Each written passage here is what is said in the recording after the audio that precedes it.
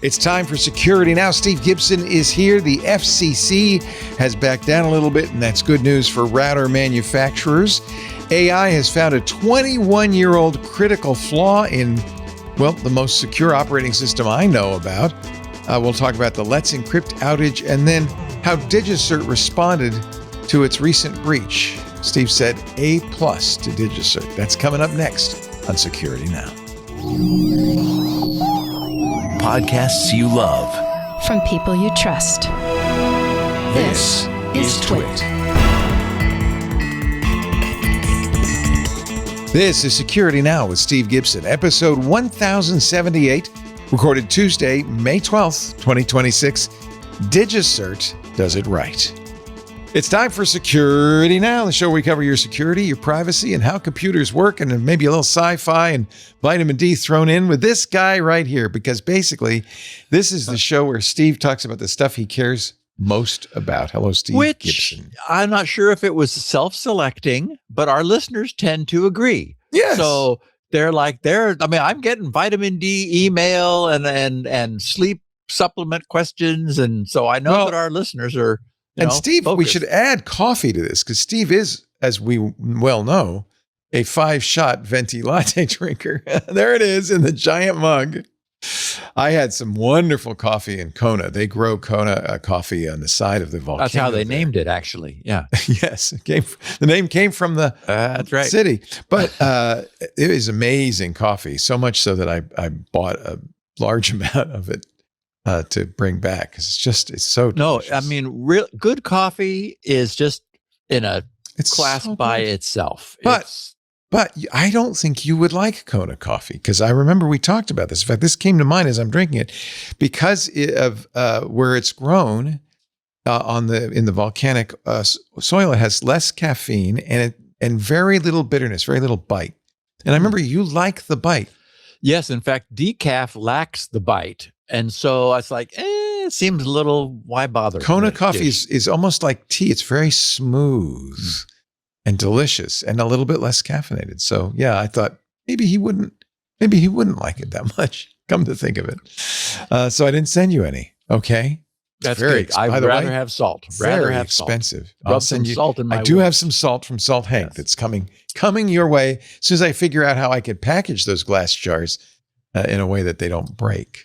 We had some special salt made for Steve and his wife. They have a fetish for my son's salt. Yeah, that's right.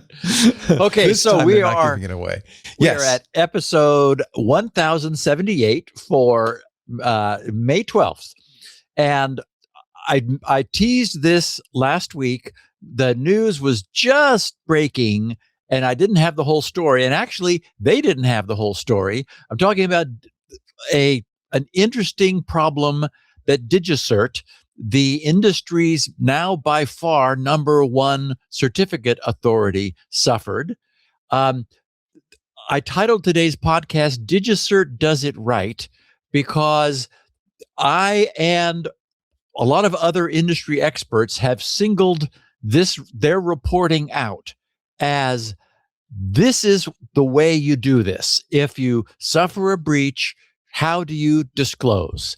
And anyway, so I want to really, give them some props for like the job that they've done and take a look at what they did to just, both give them credit, but also to show in some detail, this is the way it's done right. So many people do it wrong. We should definitely mention when they do it right. Yeah, exactly. And especially we've covered other CAs that have lost their CA-ness because of trying to oh no, that really was you found that, okay, well then we'll have to talk. I guess we'll have to it's just wrong. So props to them.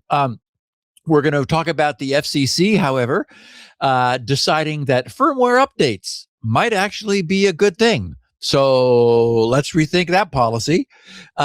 Netgear, speaking of the FCC, is the first, and as far as I know, so far only router manufacturer to get a full pass on this ridiculous. Eero just got one yesterday. Oh, good. So there's two now. Good. Also, AI has uncovered a 21-year-old critical remote code execution vulnerability, and this one is trivially implemented in one of the most secure Unixes ever, my favorite, and the one I use, FreeBSD. And I should also mention, I didn't get it in the notes for this week, but I'll be talking about it next week. Google has announced that they have uncovered the first AI-generated zero-day.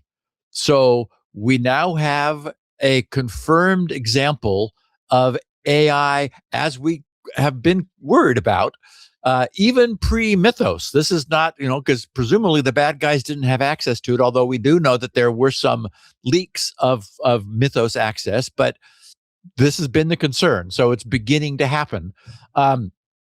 There was also a brief Let's Encrypt outage. We have another example of a company doing the right thing. Turns out there are now some reports, not surprisingly also, of AI model repositories overflowing with, I'm not sure you call it malware, malprompting. I don't know what it's bad. So mal, but anyway, that's a thing now. In addition to, NPM and PyPy and everything, all the other open repositories that we've talked about. It looks like CISA. It's CISA, although it's a decade old. It's that agreement that was signed in 2015, which allows private companies to share cybersecurity things with the government without fear of reprisal. Looks like that was it was temporarily extended. Looks like it's going to be made permanent.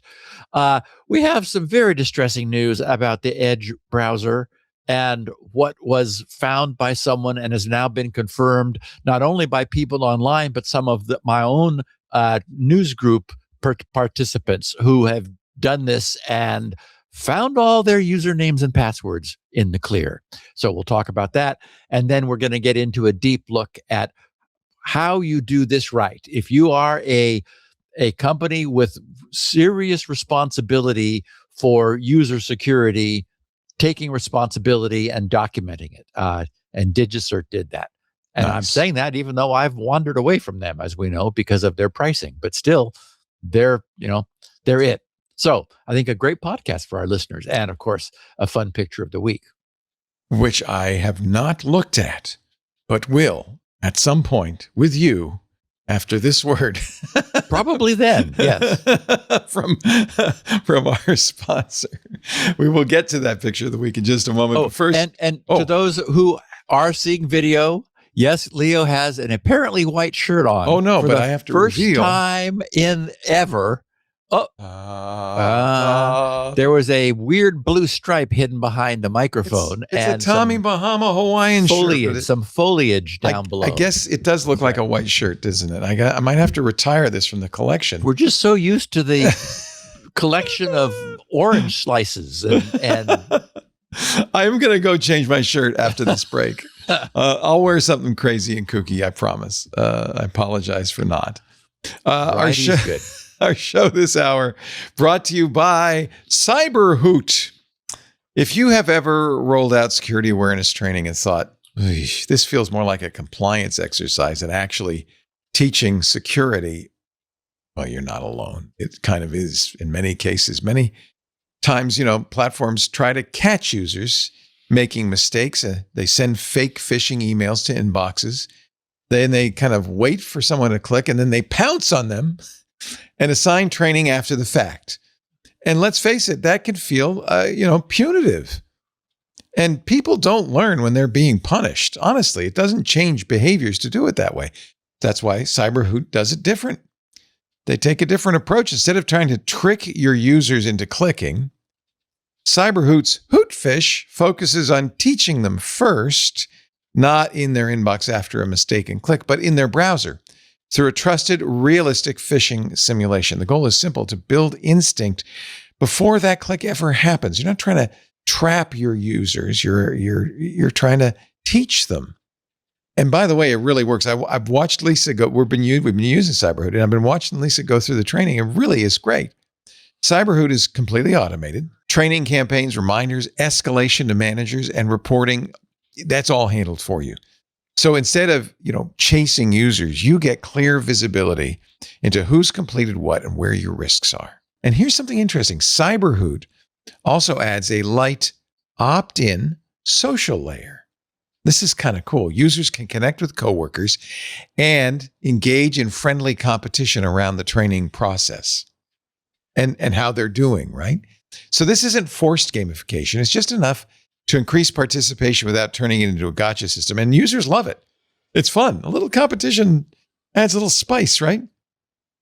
G2 reviewers also love it. They rate CyberHoot, I've never seen a rating this good, 4.9 out of 5 stars. What the G2 crowd repeatedly praises: ease of use, high participation, brief content, quick, non-punitive training, full automation, and strong support.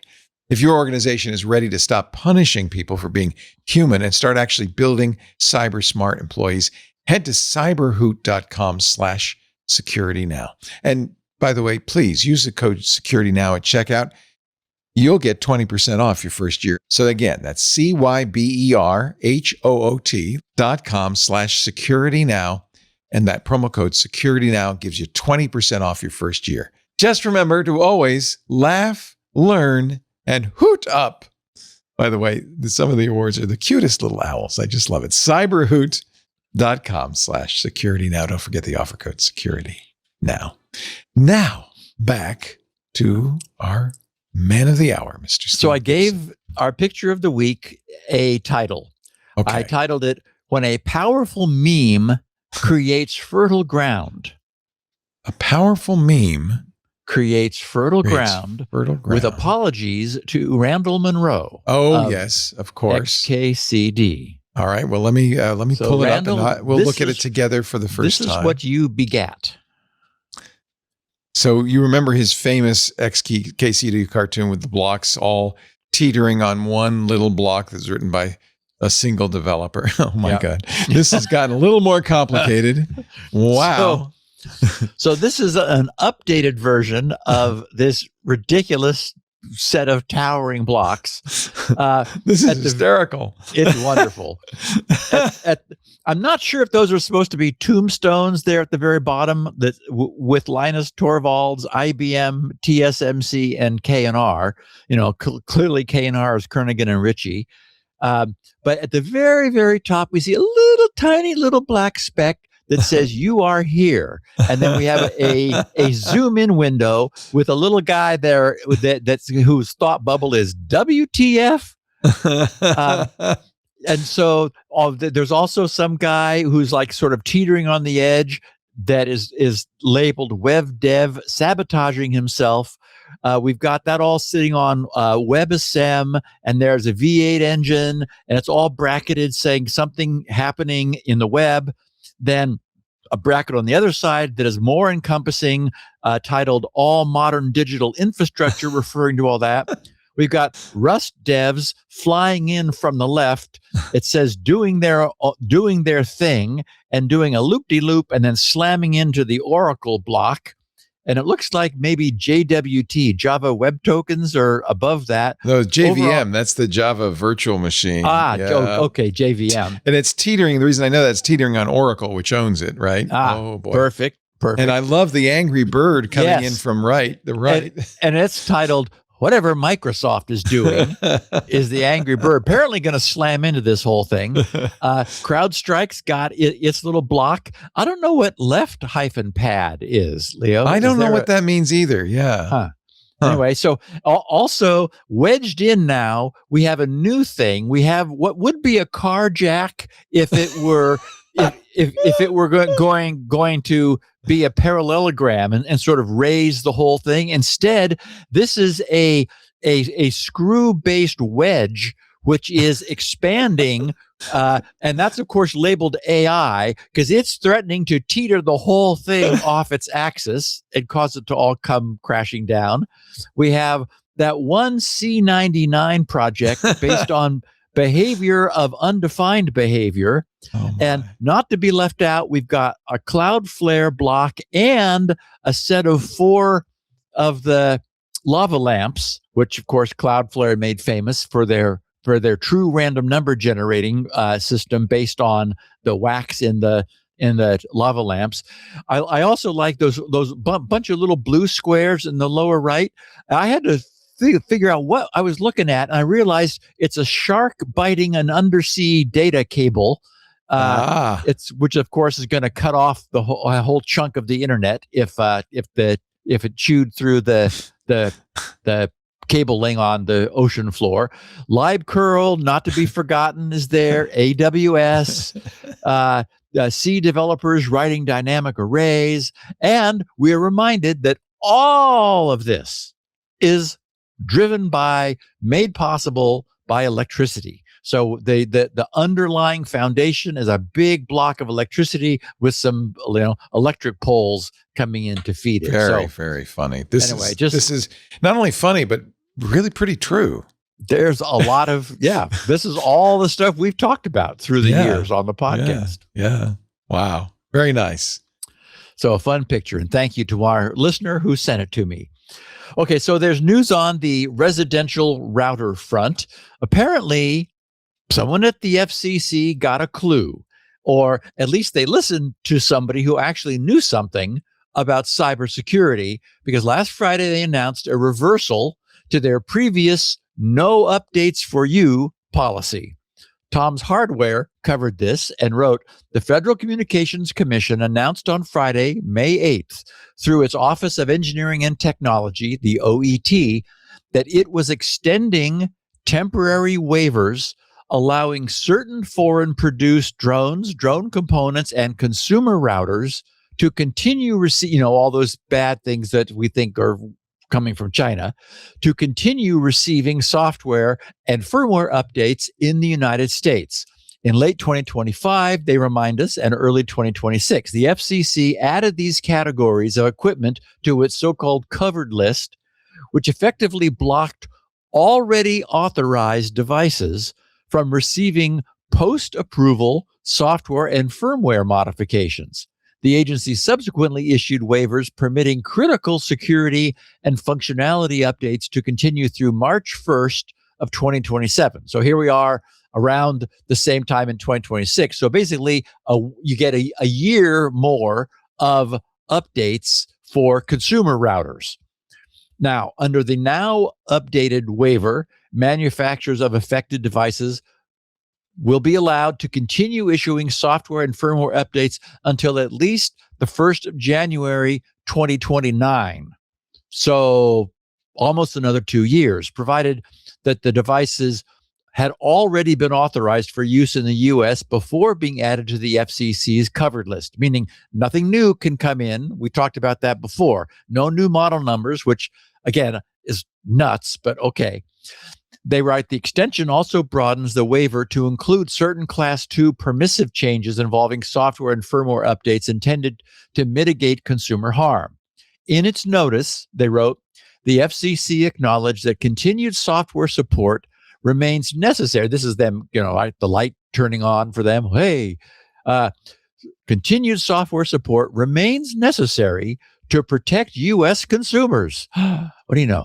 The waiver specifically allows updates that maintain device functionality, patch vulnerabilities, and preserve compatibility with changing operating systems and network environments. But still no new models, but you can have all the firmware updates you want. Which again, what? The agency argued that the public interest would be better served by allowing these limited updates rather than freezing software support entirely. Okay, in other words, duh.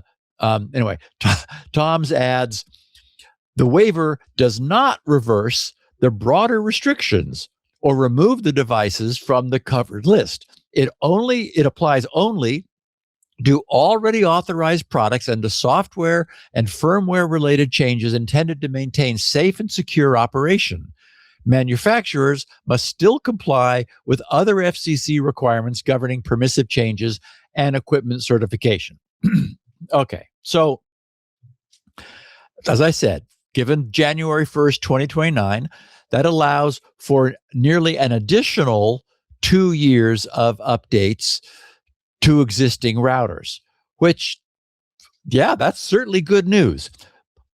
But of course, the entire thing remains unspeakably ridiculous because control over a router's firmware is all anyone needs to turn that previously authorized and approved, because it existed back, a year ago, router into an internet bandwidth weapon.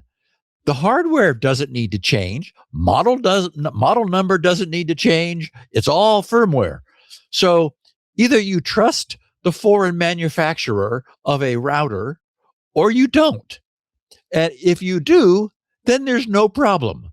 And if you don't, then limiting updates, like allowing any updates, but limiting them to the original March 1st, 2027 deadline, even that 1 year, is of absolutely zero benefit, since you've given them, under the assumption that they have malicious intent, 1 full year to cook up some new sneaky malware update with which to infect any routers that may be updated during the period of that year. In other words, none of this has ever made any kind of sense. As we saw last week, CISA, our CISA agency, has been effectively neutered. Our agencies appear to now be staffed and run by people who will not push back against policies that they know are clearly wrong. So this sort of nonsense is what results. It's difficult to imagine this could have happened back when, CISA was at its original strength and staffing. But, because there would have been people there would have said, what? No. I mean, one of the reasons we liked CISA so much was that they had taken such responsibility for getting into the you must update your stuff business and pushing that out to all of the government agencies over which they had any oversight. Apparently, that's not what we do anymore, even though it was the right thing to be doing then.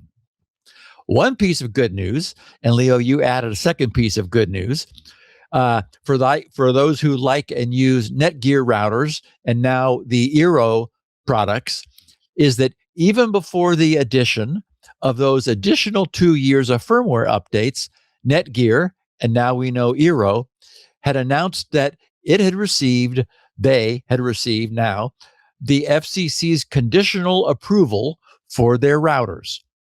This meant that none of those ridiculous FCC imposed restrictions would affect any of Netgear's and Eero's router products, not those already sold and not any current or future models. It's like this, this membership on this list just doesn't exist. So they get a full pass, which also includes their right to update their firmware with abandon anytime they feel the need. So, yay.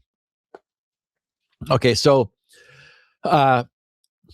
we've heard again from the guys at Isle Security. Remember their name, AISLE. They're that commercial group who've been using their own AI, as their name suggests, to find flaws in software, and who were somewhat annoyed, as we discussed a couple of weeks ago, by all the hoopla that Anthropic was able to generate around Mythos. The headline of last Thursday's posting of theirs was Isle discovers CVE 2026 42511, a 21-year-old FreeBSD remote code execution vulnerability. So AI was used. This has been a problem in FreeBSD for 21 years.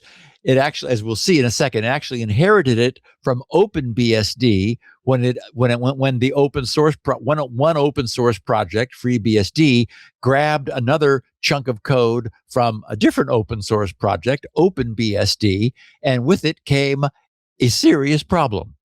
So this posting of Isle was written by the discoverer of this flaw.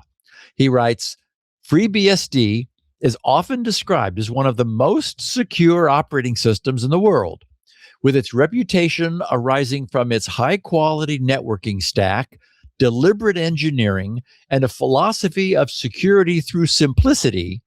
FreeBSD's history and usage are remarkable. It powers Netflix, Open Connect infrastructure, Sony's PlayStation OS, part of Nintendo's Switch OS, Yahoo's backend services, NetApp's storage systems, Citrix's NetScaler, has long helped form the software base of major networking platforms, Cisco, Juniper, and so on. WhatsApp's backend services historically, and is now the focus of a substantial foundation effort to make it work better on modern laptops. And, he writes, for full disclosure, remains this author's personal operating system of choice. And to that, I will just add that it's also my own Unix OS of choice. As I've often mentioned, it underlies the pfSense personal firewall router system. And for me, it runs our DNS and our news groups. So, that's the Unix that I chose. You may remember, Leo, years ago, a guy named Brett Glass was active in the early days of the PC industry. And Brett knew his way around Unixes. And I remember having a conversation with him and saying, so what do you recommend? He said, FreeBSD, period. There are other BSDs. There's NetBSD and OpenBSD, but FreeBSD is the one you like. I do. And it has had some desktop, laptop orientation, and a lot. I think it's $750,000 from the some foundation affiliated with FreeBSD are making a serious push to make it more desktop and laptop friendly, adding a lot more Wi-Fi drivers and making it a lot more hardware agnostic. So it's still alive and kicking.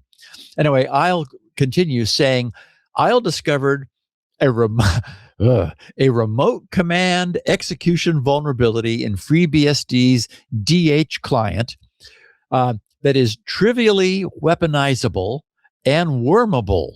Yikes. By any system on the same local network as the FreeBSD system. The vulnerability first entered FreeBSD in the 2005, that's the year we started this podcast, 2005 release, that's 21 years old, and so is this podcast, 2005 release of FreeBSD 6.0, when OpenBSD's DH client was imported and lay dormant, that is, the vulnerability did, until discovered by ISLE. The vulnerability also affected OpenBSD until 2012, when that operating system deprecated DH client-script completely, indirectly fixing the vulnerability. But FreeBSD didn't. The initial flaw was identified by ISLE's AI-based source code analysis pipeline, and then investigated by our triage agents. Joshua Rogers, that's actually the author, so he's referring to himself, of ISLE's offensive security research team traced the relevant code paths, established the full security impact, and developed a proof of concept demonstrating a complete local network to root exploit chain. FreeBSD is adding key improvements to laptop support, including greater Wi-Fi support, so the attack surface here becomes even more relevant to everyday systems.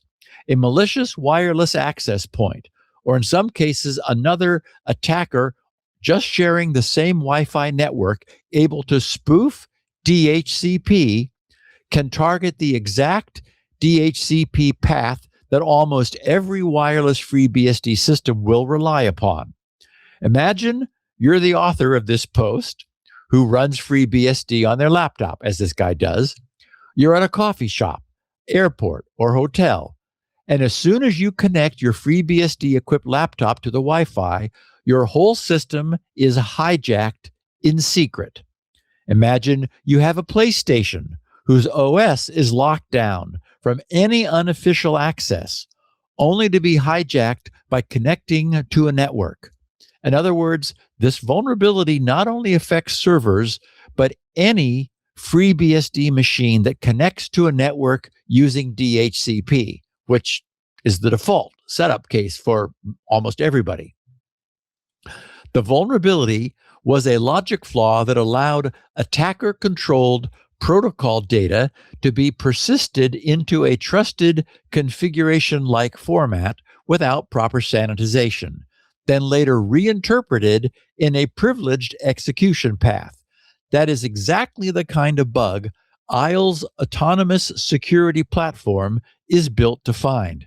And get how he signs off here. He says, like our recent findings in OpenSSL, Firefox, LibPNG, and Amazon's crypto stack, this result came from disciplined engineering and end-to-end analysis, not model mythology. Oh, please. Okay. So, okay, sounds like they may still be somewhat annoyed by the mythology of mythos. Which is not mythology, as you pointed out. But exactly. It's happening. But in any event, AI truly is finding serious flaws, many of which have been present for decades. In this case, we're talking about FreeBSD's DHCP client, which can be fed a maliciously formed reply, DHCP reply, containing code or commands and code that it will execute. As Joshua, who authored this write-up, noted, this could have been extremely serious if it had not been found by the good guys. At some point, we may see those who claim that AI-enhanced software vulnerability discovery never turned out to be such a big deal. Remember, though, that's what Y2K could have been a big problem if it hadn't been caught beforehand and dealt with. Objective observers would, I think, do well to remember all of the many critical vulnerability discoveries like this one that did serve to clean up our archaeological code base before the bad guys had the chance to get in there and exploit it. The question is, of course, how long it's going to be before the bad guys get access to these models. And well, you're going to have a story about this in just a little bit, actually. Yeah. Okay, so there was a bunch of internet chatter last Friday about a several hours outage of Let's Encrypt. Our listeners know that with so much of the web now utterly dependent upon certificates issued by Let's Encrypt, and with maximum certificate lifetimes continuing to drop, and especially with Let's Encrypt's optional super short 6-day certificates now being available, any outage of the system upon which so much now depends is of interest. And again, and I'll say again that, unfortunately, all of this, I mean, I get how Let's Encrypt happened. I understand the appeal, but it's so antithetical to the deliberately distributed model of the internet. I hope this never comes back to bite us, because it is creating a single point of failure where everything else has been designed to prevent that. In this case, this outage, such as it was deliberate and temporary. It was an administrative suspension of new certificate issuance following reports of a missing extension from one class of certificates. Let's Encrypt's post-incident report said, and this involves a lot of inside baseball terminology. They said, Let's Encrypt's Gen Y, which is the YE and YR, cross-certified subordinate CAs, were issued in violation of CCADB policy, which requires that the server auth EKU extension must, all caps, must be present in cross-signed intermediate certificates issued since June 15th, 2025. Root YE and YR were issued in September 3rd, 2025, and are subject, therefore, to the requirements. Okay, so the certificate extension in question, which is to say a server auth EKU, where EKU is the abbreviation for extended key usage. It specifies it specifies limits, the imposition of limits on the application of any certificates which that CA intermediate certificate would be validating.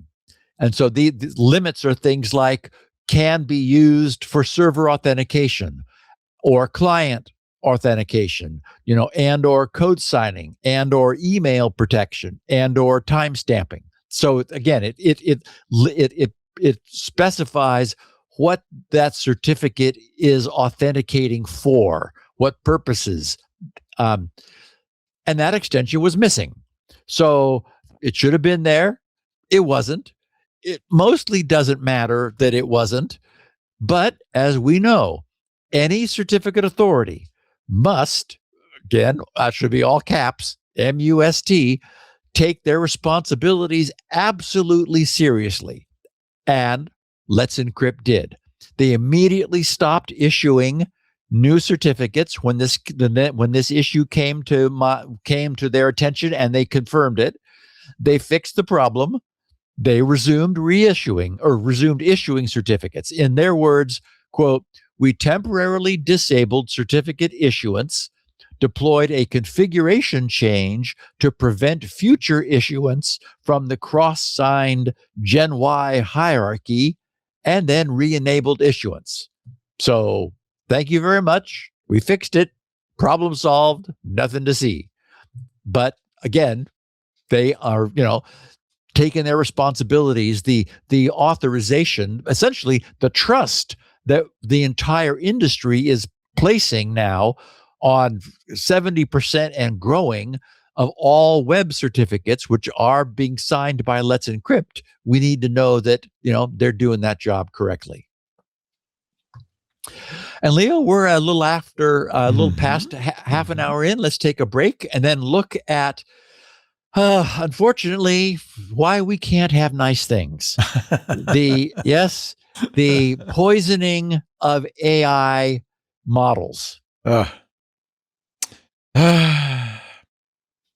afraid I don't want to hear about this, but I guess I'm going to have to. You need to be careful that your agents are not pulling models from OpenClaw and I use OpenRouter, Hugging Face, and I know Hugging Face. You have to know that because Hugging Face has more than 1 million models. Yes, where'd they come from? Yeah, people are just making them. Do you need them? No. Well, you need some. I don't know if I need the bad ones. We'll find out what that is in just a little bit. But first, a word from GuardSquare, our sponsor for this segment of security. Now, are you a mobile app developer? You really want to listen up here. Mobile apps today are, and this is good news for you as a mobile app developer, an inescapable part of life. We use mobile apps for everything from financial services to healthcare to retail, entertainment. And here's the thing. Users trust those mobile apps with their most sensitive personal data, especially in finance and healthcare, right?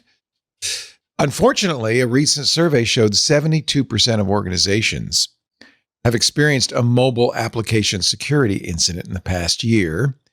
92% of respondents reported rising threat levels over the last 2 years. I think you don't need a survey to tell you that. Meanwhile, attackers who want your users' personal data, I mean, that's the gold they're looking for, they're constantly finding new ways to attack your mobile app. I'll give you one way that they do it. For instance, they will take your app. It's actually fairly trivial now with AI and Ghidra to reverse engineer it, take it apart, repackage it. By the way, this is, I suspect, what's happening with these AI models as well, repackaging it, and then distribute the modified app. They do it with phishing campaigns. Hey, we got an update. You got to get the latest version, or side loading, or third-party app stores. There's all sorts of ways to do this. That's just one of many ways they're attacking your app. But You need to prevent this. You need to take a proactive approach to mobile app security. And by doing so, you can stay one step ahead of these attacks and, more importantly, most importantly, maybe, maintain the trust of your users. And that's where GuardSquare, our sponsor, comes in. GuardSquare delivers mobile app security without compromise, providing advanced protections, both Android and iOS apps, combined with automated mobile application security testing to find vulnerabilities, and real-time threat monitoring so that you can gain insight into the attacks that are occurring, in general and to your app specifically. Discover more about how GuardSquare provides industry-leading security for your mobile apps at guardsquare.com. That's guardsquare.com. We thank them so much for supporting our show and for the work they're doing to protect us as mobile app users and mobile app developers. Guardsquare.com. Steve, I have replaced the white shirt, as you can see, with a shirt. Now we recognize you. Yes. I got this in Orlando when we were out there for the Zero Trust shirt. World. Yeah, this is my from Gatorland. It's got gators on it. Yep. Nice. A little bit more recognizable, not a white shirt for sure. All right. Now I want to hear about this AI thing. Oh, boy. So last Friday, the Next Web posted the news of an analysis of the large language models being hosted and offered at Hugging Face and ClawHub. The news is not good. Yeah. Here's what they said. They said the two most important software supply chains in artificial intelligence have been systematically compromised. Hugging Face, the repository that hosts more than 1 million machines, more than 1 million. What? It's amazing when you go there. It's amazing. I mean, there are, the kind of maybe several dozen root AI models, but then people are creating their own spins of it and so forth. It's really incredible. Wow. Repository that hosts more than 1 million machine learning models used by virtually every AI company on the planet has been found to contain hundreds of malicious models capable of executing arbitrary code on the machines of anyone who downloads them. ClawHub, the public registry for OpenClaw's AI agent skills, has been infiltrated by a coordinated campaign that planted 341 malicious skills designed to steal credentials, open reverse shells, and hijack AI agents for cryptocurrency mining. The attacks are different in technique, but identical in logic. Both exploit the implicit trust that developers place in shared repositories. Both use the infrastructure that the AI industry built to, AI industry built to accelerate development as the vector for compromising it. Hugging Face has been aware of malicious models on its platform since at least 2024, when security firms JFrog and Reversing Labs independently identified models containing hidden backdoors. My turn to have a throat tickle. Sorry. Yeah, I'm just looking right now at Hugging Face at their model repository, and this is actually kind of stunning. They list 2,869,086 different models. My God. Yeah. I mean, let's hope they have a good search engine, because they do. Actually, they have a very good search engine. Wow. And the thing is, it's not every model, it's not like ChatGPT alone. I mean, there are models to do all sorts of things. I have a specific model I use from Hugging Face that's just for text embedding. That's all it does. So, and these are highly customized in many cases. So very vertical application. Very vertical. Slices. Exactly. Yep. Huh. I mean, it's a great repository. This is really somewhat different, though, from the OpenClaw registry. But I'll let you talk about this because I know. So they said Hugging Face has been aware of malicious models on its platform since at least 2024, when security firms JFrog and Reversing Labs independently identified models containing hidden backdoors. The problem has not been contained, it has scaled. Protect AI, which partnered with Hugging Face to scan the platform's model library, and given its size, that's no small feat, has examined more than 4 million models and identified approximately 352,000 unsafe or suspicious models across 51,700 models. I'm sorry, 352,000 unsafe or suspicious issues across 51,700 models. JFrog found more than 100 models capable of arbitrary code execution. The attack technique known as null-if AI, play on nullify, null-if AI, exploits Python's pickle serialization format, the standard method for packaging machine learning models. Attackers embed malicious Python code at the start of the pickle byte stream and compress the file using 7Z rather than the default zip format, which breaks Hugging Face's pickle scan detection tool. Well, and that's just dumb that Hugging Face can't check 7Z compression in addition to zip. The payloads are not subtle, they write. Security researchers have documented models that establish reverse shells, meaning that it connects out to a remote command and control server and says, what do you like me to do now? Connecting to hard-coded IP addresses, giving attackers direct access to the machine of anyone who loads the model.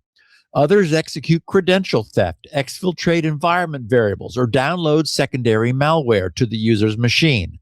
A data scientist who downloads what appears to be a legitimate model for a research project or production pipeline is, in some cases, handing control of their machine to an attacker. Hugging Face has responded by partnering with JFrog and Wiz Security to improve scanning capabilities. Remember that Google bought Wiz.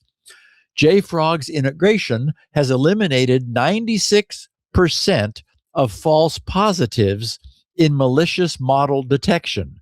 But the platform's open architecture, which is the source of its value to the AI community after all, is also the source of its vulnerability. Anyone can upload a model. The scanning catches known patterns. The attackers who designed null-if AI built their technique specifically to evade that scanning. ClawHub, the registry for OpenClaw's AI agent ecosystem, faces a different but related problem. OpenClaw has grown to 3.2 million users and attracted partnerships with OpenAI, but its skill registry has become a target for attackers who understand that an AI agent executing a malicious skill has access to whatever the agent has access to, which in enterprise environments can mean databases, APIs, internal networks, and cloud credentials. In other words, we're giving agents, in order for the agent to have agency, we need to give it control and access to things. Unfortunately, the malicious skill inherits that. Koi Security audited all 2,857 skills.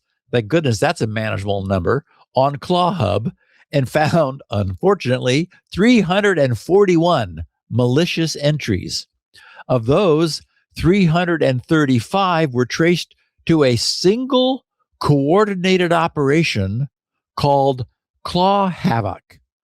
Separately, Sync's, SNYK, Sync's toxic skills research examined the broader ecosystem and found that 36% of all, better than 1 out of 3, 36% of all AI agent skills contain security flaws, with approximately 900 skills, roughly 20% of the total, classified as malicious. So 1 in 5 deliberately malicious. 30 skills from a single author were silently co-opting AI agents for cryptocurrency mining. Which makes sense. You got a super powerful GPU. You got, wow, that AI is really working hard for me. No, it's working hard mining cryptocurrency for somebody else.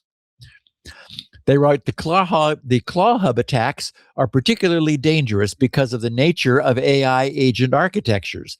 The rise of model context protocol and similar standards in the agentic era has created a new category of software supply chain in which AI systems autonomously select and execute tools from external registries. A compromised skill does not require a human to click a link or open a file. It requires an AI agent to select the skill as part of its workflow, at which point the malicious code executes with the agent's permissions.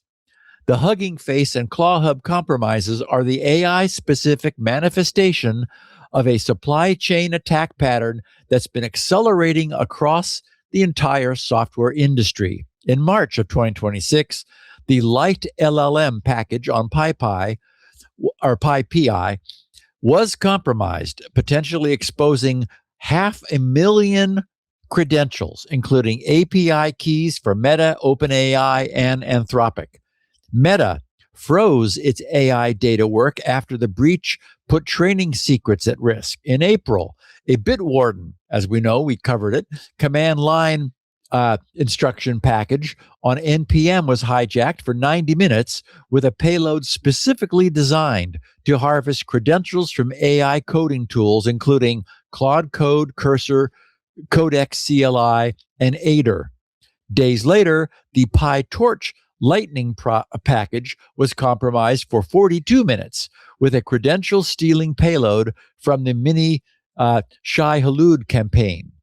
The European Commission itself was breached after attackers poisoned Trivy, and we've talked about that, an open source security scanning tool demonstrating that even the tools designed to detect supply chain attacks can become vectors themselves for them. The United States Department of Defense published formal guidance on AI and machine learning supply chain risks in March of 2026, acknowledging at an institutional level that the AI software ecosystem has become a national security concern. The common thread is speed. The PyTorch Lightning compromise lasted 42 minutes. The Bitwarden CLI hijack lasted 90 minutes. The Light LLM attack window is estimated at hours. These are not persistent campaigns that defenders have weeks to detect. They're brief, targeted insertions that exploit the automated dependency resolution systems that modern software development relies on. A developer who runs a package install at the wrong moment downloads the compromised version. The window closes, but the damage is done. The AI industry has invested hundreds of billions of dollars in model training, inference infrastructure, and application development. The investment in securing the repositories through which that software is distributed has been a fraction of the total. Hugging Face has partnered with security firms. ClawHub has implemented basic moderation.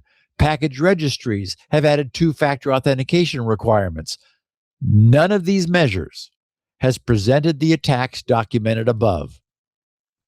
State actors can already produce AI-powered malware that evades conventional detection, and the supply chain attacks on AI repositories represent a natural evolution of that capability. The models and skills hosted on Hugging Face and ClawHub are consumed by systems that make automated decisions, process sensitive data, and operate with elevated permissions. A compromised model in a production AI pipeline is not equivalent to a virus on a personal computer. It is a backdoor into an automated decision-making system that the organization trusts precisely because it appears to be a legitimate component of its AI stack. The fundamental problem here is architectural. The AI industry built its development infrastructure on the same open registry model that has defined software development for the past 2 decades. Centralized repositories where anyone can publish automated tools that download and execute code from those repositories, and a culture of trust that treats popular packages and models as implicitly safe. The difference is that AI models are not just code. They're serialized objects that execute during deserialization, a property that makes pickle-based models inherently more dangerous than traditional software packages because the malicious code runs the moment the model is loaded before any human has a chance to inspect it. The AI supply chain is now the most attractive target in the software security space. The repositories are trusted, the consumers are automated, the payloads execute on load, and the industry that built these systems is spending its security budget on model alignment and prompt injection, while the infrastructure through which the models are distributed remains, in the assessment of every major security firm that has examined it, comprehensively compromised. So, Leo, I would say that the caution and trepidation you felt and shared when you were first considering turning OpenClaw loose in your world was likely warranted. This is not an entirely new. Yes. Yeah, this is not an entirely new phenomenon. Although with popularity comes, increased focus by the bad guys, and we've seen this thing just skyrocket over, so far this year. The difference between the two, Hugging Face and the skills repository, is it's trivially easy to write skills. They're just text. To make your own malware model, that takes a little bit more skill. But anybody can write a skill. It's just plain text. And so, I guess the skill involved is how you insert the, Shai Hulud style, Bitcoin stuff. But right. It's not complicated. And so that's why I think you're going to see in these registries for skills. I never use a skill from the public. I look at skills. What I often do, and I would recommend people do this, is I use point them as a training base. Yeah, I point my assistant. I say, "Here's a GitHub repository for a skill. Assess this. Tell me what you think of it and how we could apply it, and then let it write a skill, which I will then check."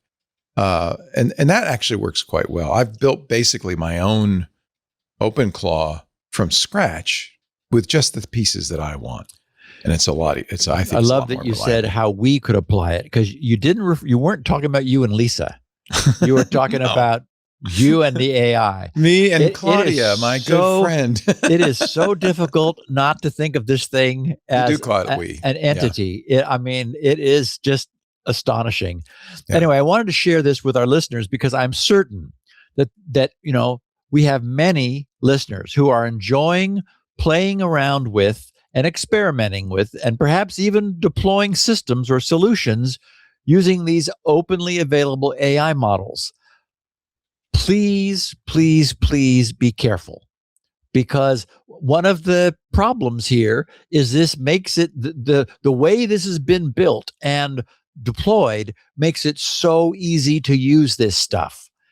That that alone should be a cause for raising a red flag in the minds of any security aware person. So, as you are, Leo, you are, looking at this and not just saying go. You're saying, let's take a look at it. What should we do? And well, you've taught me, Sensei, over the many years that we have done this. I'm glad it's sunk in. That's good. But again, it's so easy in a moment of enthusiasm to say, well, and you were tempted, right? When OpenClaw happened, it's like, oh, should I? Shouldn't I? But somebody else is not going to be, who hasn't been sitting here for the last 21 years with me, is going to go, hey, this is great. Right. Go. Right. Yeah. If you have any nervousness about it, trust your instinct, because you're right. Yes. Basically. Yes. So there's some good news on the horizon.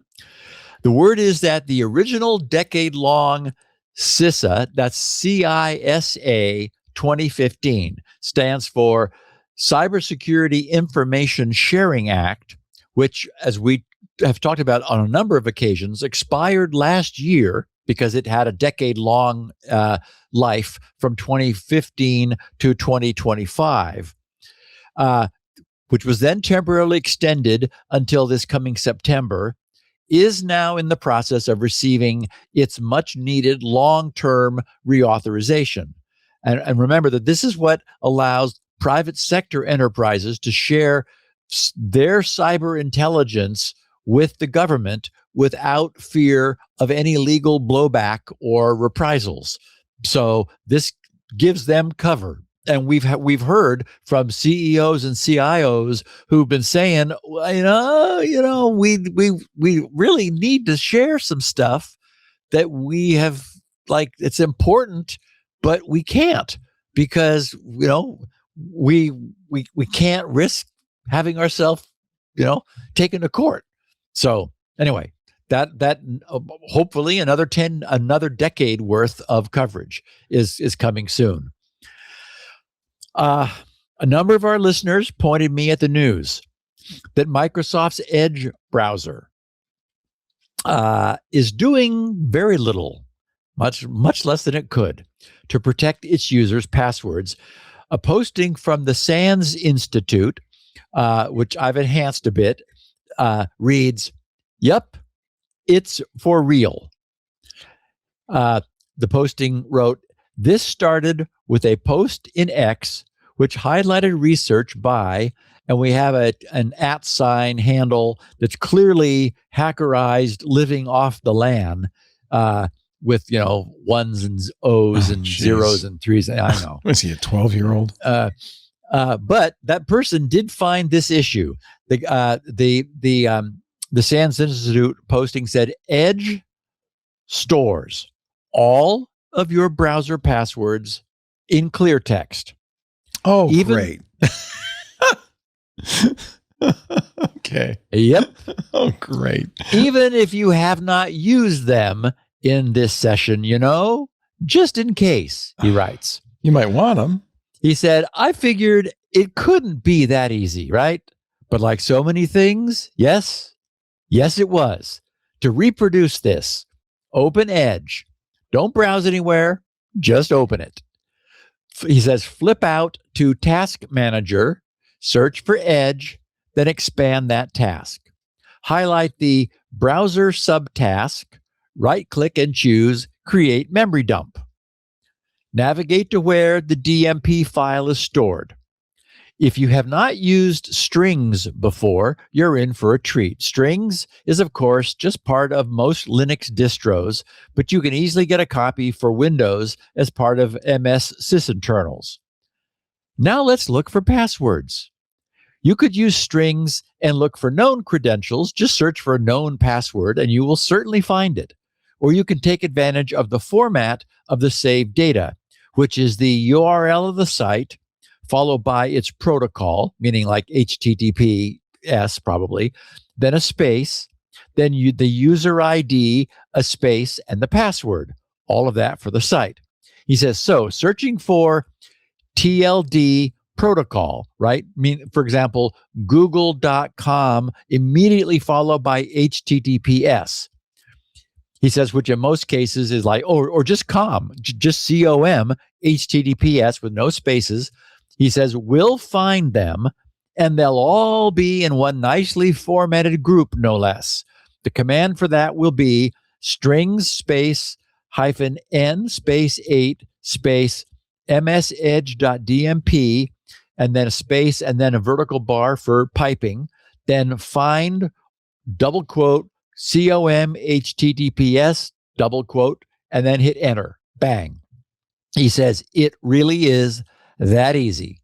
And the ironic thing, to view these same credentials in the browser, there's a whole security theater process where Edge wants your biometrics as proof before disclosing even the user ID and site names, for security. All the while, the whole shot is there in clear text, free for the looking. Also, as noted in the X post, Microsoft classifies this as intended behavior. I'm not sure what manager or lawyer," he writes, "decided that. Hopefully, it wasn't anyone in their security team. Any logged in Windows Edge user can dump all of their stored Edge credentials with no additional rights, which means any malware that the user executes also has access to all of those credentials for the asking." But he says, not to worry, right? It's intended behavior. Remember, this He is says- what Chrome did for a while. It kept it in plain text. Well, it's Chromium. Edge is Yeah. Chromium based. I don't think they do now, though. That's what's surprising. But I'm wrong. And he said it's intended behavior. If what's intended is also to get me to use Firefox or Chrome, Yes. it's working. Gosh. So, and I did, upon that coming to the attention of some of the guys in our Security Now news group, someone thought, really? And did it. And he's like, oh, crap. Yes. That's terrible. There's all of my username, domains, usernames, and passwords. Basically, you get that. You can log in as that person anywhere. Wow. Crazy. Okay, we're at an hour. We're going to do some feedback, Leo. Let's take another break, and we will hear from two of our listeners. Absolutely. If I could figure out what button I need. Oh, there. Okay. I need to press. It is time to talk about Doppel, as you pointed out a couple weeks ago. Doppel, as in ganger. Yes, as Steve said. Doppel, our sponsor for this segment on Security Now. Maybe, that message you just got, maybe that is an urgent message from your CEO, or could it be a deep fake trying to target your business? I think these days, more likely the latter. AI can impersonate trusted individuals. I mean, down to the voice, they can do it in video now. Doppel's platform illustrates how frequently users fall for these phishing attempts. They call it vishing, right? With a V. In voice call simulation deployments, target users, they didn't know they were target users, right? This was a test. They spent 6 minutes conversing with a deep fake. And then afterwards, when they talked to him, 100% of them thought, oh no, that's human. It's not. It was an AI. But they didn't believe it. Doppel is the AI native social engineering defense platform. Doppel strengthens human risk management by training employees to recognize deception while their digital risk protection detects and disrupts attacks across every channel. As attackers turn to AI to power increasingly sophisticated strikes, Doppel uses AI to fight back with automated takedowns, multi-channel coverage. Yeah, because it's not just email anymore, is it? It's text, it's Slack, it's voice. And Doppel builds AI defenses that put intelligence into every fight. Intelligence in your users, too, that builds intelligence with them. Doppel works relentlessly to protect people, brands, and trust. Doppel, Doppel. Best-in-class integrations and partnerships to seamlessly integrate into the existing security stack you're using. So that's nice. And Doppel's industry awards and testimonials speak for themselves. They're recognized as a Winter 2026 G2 leader in users most likely to recommend, momentum leader, and best support. Kind of the big three. Join hundreds of companies already using Doppel to protect their brand and people from social engineering attacks. It's out there. It's happening right now. You need Doppel. Doppel, outpacing what's next in social engineering. Learn more at Doppel.com. That's Doppel.com. Doppel. It's a shame we have to do this now, but the attacks are getting so sophisticated. It's really mind-bending. Yeah, the ultimate consequence of the cat and mouse, back and forth with That's escalation on both sides. Yeah, that's actually right. Yeah. On we go with the show, Mr. Gibson. So Todd Whitaker, our listener, writes, Steve, I thought this might be of interest for Security Now. The rival security group has a thoughtful follow-up on the Claude Mythos FreeBSD exploit story, arguing that Mythos may not have been quite as creative as the initial coverage suggested. And he has a link to their whole posting. He writes, their claim, as I understand it, is not that the result is unimportant. It is that the vulnerability, the prior fix pattern, and perhaps even the exploit relevant structure may already have existed in the model's training data. The FreeBSD issue appears closely related to CVE 2007 3999 occurring in MIT Kerberos. The same general RPC, SEC, GSS validation logic, same stack buffer overflow pattern, and a strikingly similar bounds check fix. So, Mythos may have discovered something genuinely dangerous, but perhaps by recombining known historical material rather than reasoning from first principles in the way many of us initially imagined. He writes, that still seems worrying, just in a different way. If advanced models can rediscover old vulnerability patterns embedded in the fossil record of open source code, then attackers may not need models to be brilliant. They only need them to be tireless, well-tooled, and good at recognizing dangerous old ideas in new places. And I'm going to interrupt because Todd has a bit more to say about something different. But I just want to say I completely agree with that. As our understanding of computer science has evolved, one of the things that's happened, and it's kind of gone into the parlance now of computer science, we've come to notice patterns in the solutions to problems. They're like a short and small abstraction away from the concrete solution, where we see that many different such concrete solutions can be grouped together by their sharing of a common underlying pattern. So what Rival Security observed was Mythos Preview finding what we might describe as a flawed design pattern, a common type of mistake that coders have been making through the years, which winds up being a natural sort of mistake to make due to the underlying architecture of the computer behavior that we're programming. We all know that today's large language models excel at pattern discovery. Probably more than anything, that's what they are. So we would expect that if someone somewhere made a similar mistake and its correction that had been captured in the model's training corpus, then it would indeed be able to make the connection. So I'd say that this is an interesting and useful observation about the underlying way, in this instance, Mythos discovered, maybe rediscovered, the newer, similar patterned flaw. But I don't, like Todd, I don't see anything taking away from the fact that, as Yoda might say, discover that flaw it did. Todd, I mean, it's not like it knew about the flaw. It just recognized the pattern. I mean, it said, this seems familiar. It's like if you recognized a buffer overflow. I mean, exactly. Yeah. Exactly. So his note continues with some interesting observations from his own background about AI as a computer science educator. He writes, I would also be interested in your broader take on what this means for computer science education and the profession.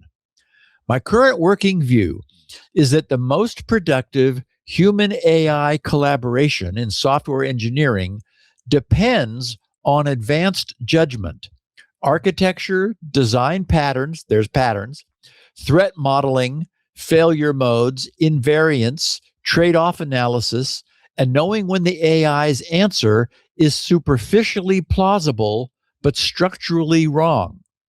The problem is not that students must learn the old ways before they're permitted to use the new tools. He says that's just reframing the old learn assembly before C argument. The real issue is that AI makes coding cheaper while making judgment more valuable. He said to supervise AI generated software, a person needs mental models, how state behaves, where abstractions leak, how protocols fail, why concurrency is treacherous, how memory and parsing bugs become security bugs, and why a working MVP may still be architecturally unsound.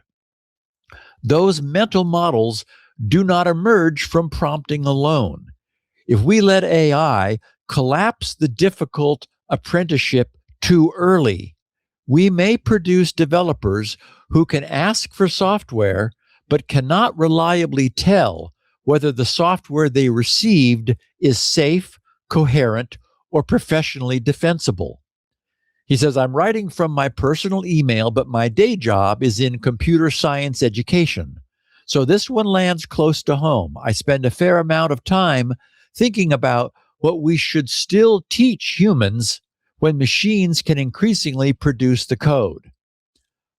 So cool feedback, Todd. Thank you. I don't think I've seen any more coherent and clear description of the AI versus human coding question. And I love his one line. The real issue is that AI makes coding cheaper while making judgment more valuable. And I think that captures where we're headed in computer science education and vocation.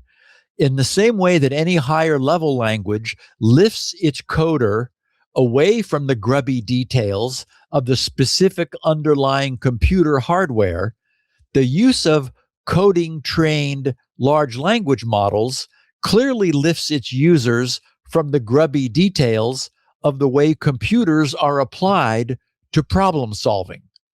As many, never before programmed anything users are discovering, they're now able to simply ask for what they want the computer to do, and the LLM will almost magically produce a potion that does that. But there are clear limits to what can be asked for. We saw a perfect example of such limits last week when those bad guys who had created that credit card clearing web portal apparently just forgot to ask for authentication to be added. Whoopsie. What we're seeing rapidly evolve during the rush to use AI for code generation is that for AI to be applied to the creation of any very large and complex solution, a solution architect is still required. No large problem can be dropped whole into AI's lap, at least not today, not yet. And I don't know when. Instead, for now, today, a solution architect who's trained and experienced in the application of the various higher level solution abstractions that have been developed over the years of true computer science needs to carefully decompose the larger problem into much smaller individual, safely codable modules. These solution architects are the true core of the science of computing. Coding is just their implementation. And these are the sorts of things, that Donald Knuth and other scholars of the art have spent their lives exploring and documenting. So, yeah, I think, Leo, and this is what you've talked about, like the way you're now approaching the application of AI is because you understand about the way computers are applied, you're breaking a problem down into pieces that you intuit AI is able to do the grunt work on, but you're giving it the interfaces that it needs for the various pieces of individual grunt work. Yeah, and I'm finding more and more. I do the coding for as a basis for things like cron jobs, like things that are going to run over and over again. And then a lot of what I'm using AI for now is text-based stuff. I had it plan our itinerary for Hawaii, for instance. And if you give it the basis, the information it needs. I have it use my Obsidian journals and things. It does really quite a good job. I sent it to my travel agent. I don't know how thrilled she was with the generated recommendations. I wanted her to say whether that was they were good or not. But I realized she might feel like it was kind of taking her job a little bit. I think it's probably going to. Yeah. Yeah. I mean, there's something that she does that no AI could do, which is the relationship she has with the various vendors. Yes. Yes. And that's that's human, and only and human things that she has heard from her other clients. Yeah, where it's like, I heard about this, you want to make sure you spend more time at this port, because I did. I reassured her. I said, this is a nice starting point, but it can't duplicate what you do as a human being. And I think that's really the lesson that all of us should learn to calm down about AI, is that we still need humans. Humans add something that no AI can do, or I think we'll ever be able to do. Yeah, what I have found, I remember very early on, I shared one of my prompts where I was, I went on at some length, and I remember, you were surprised that I was talking to it as much. Yeah, yeah. But if the more language you give it, because it is a language engine, the more language, descriptive language you give it, the more it has to work with. Yes. Yeah. I've found I'm writing more and more detailed specs and plans than ever, because it does help it be more accurate if you're very clear about what you want. Yeah. Okay. Next listener, Randy Crum says, "Hi, Steve. In episode 1077 last week, you mentioned you think companies that have closed source software should move quickly to utilize Anthropic's Mythos, Claude Security, or similar tools as they emerge. Their closed source code is only closed source to the outside world. I think you glossed over the risk that using these online AI tools potentially exposes your closed source code to the world. They have privacy and security tools in place, sure, but their motivation is financial. They have a setting to disallow using your AI conversations to train their AI models, but you have to trust that they're actually following that setting. For the same reason you trust Apple with your data more than Facebook or Google, the use of online AI tools to review closed source code is a risk. A security breach, internal or external, could be devastating to a software company that has their code exposed." He writes, "I've been experimenting with LM Studio to run local, offline, open source LLM models for use with proprietary data." He says, "Parens note, I work with client data, not code. The hypothesis is a local offline LLM can be safely used with confidential internal proprietary data or code. These LLM models are usually not as current as the online tools, but they catch up quickly. Also, they're not as flashy, newsworthy, or marketing hyped as strongly as the major online tools. What are your thoughts on the risk of exposing proprietary code or data by using the major online tools? Listener since episode 1, thanks for everything you and Leo do." So Randy's right. I did gloss over those risks, so I'm glad he brought it all up. And it's not at all that I meant to downplay them.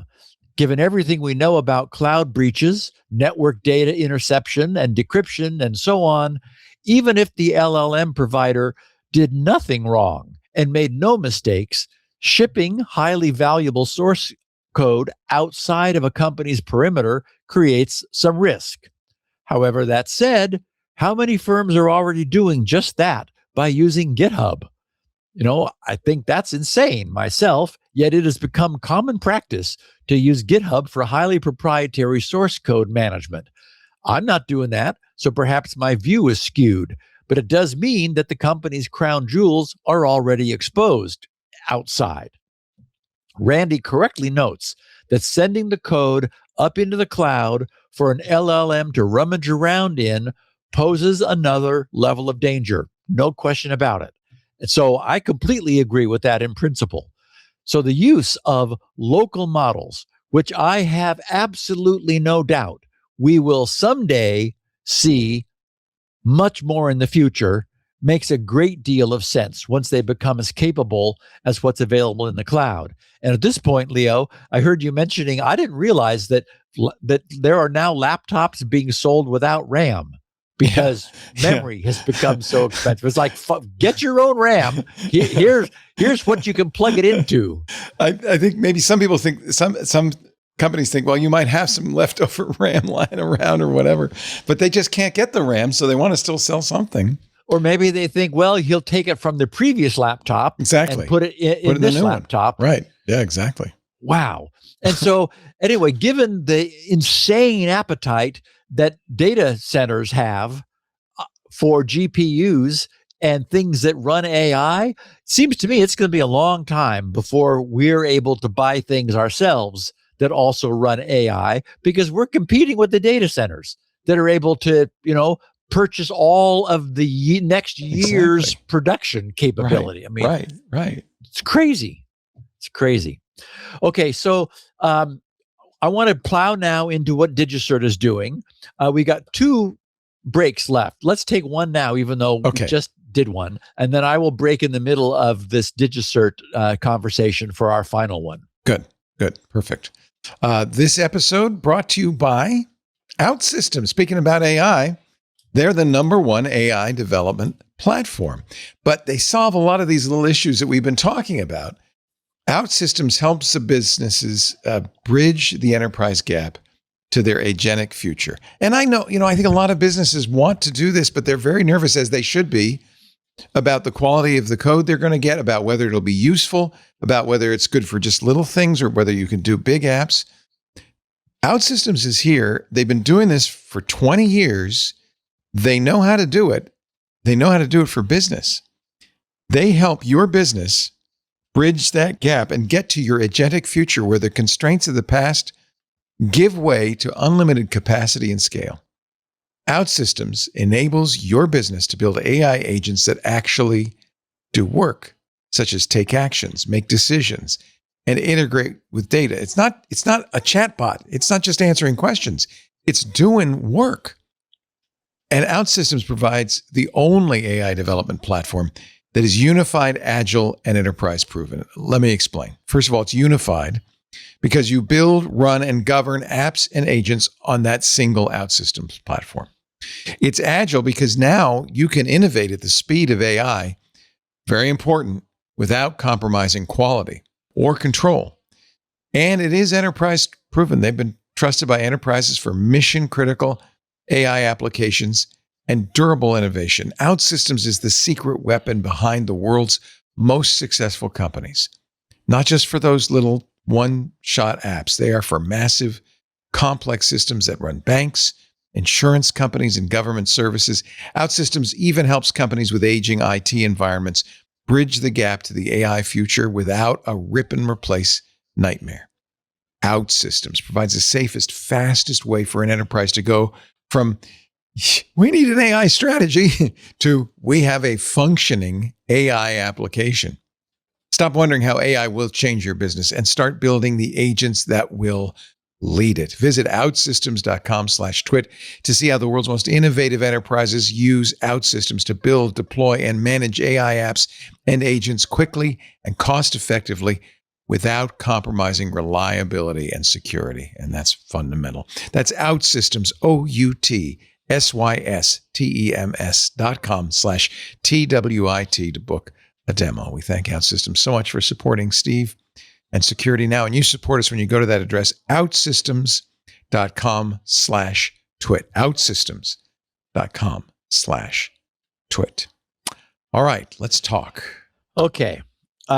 The first I learned of some trouble was from someone posting to GRC's Security Now news group with firsthand experience. Oh. Yep. Peabody, which is his handle, actual name is George, he wrote, "This morning, Windows Defender told me it had discovered a severe rootkit on my Windows 10 laptop called Win32 Cardigent A !DHA.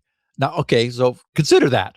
Windows Defender tells you you've got a rootkit. It's like, what? So you don't take that lightly, right? He says, which it has quarantined. He wrote, searching online tells me this is happening on both Windows 10 and 11 computers worldwide. And one hash involved is that of a legitimate DigiCert certificate.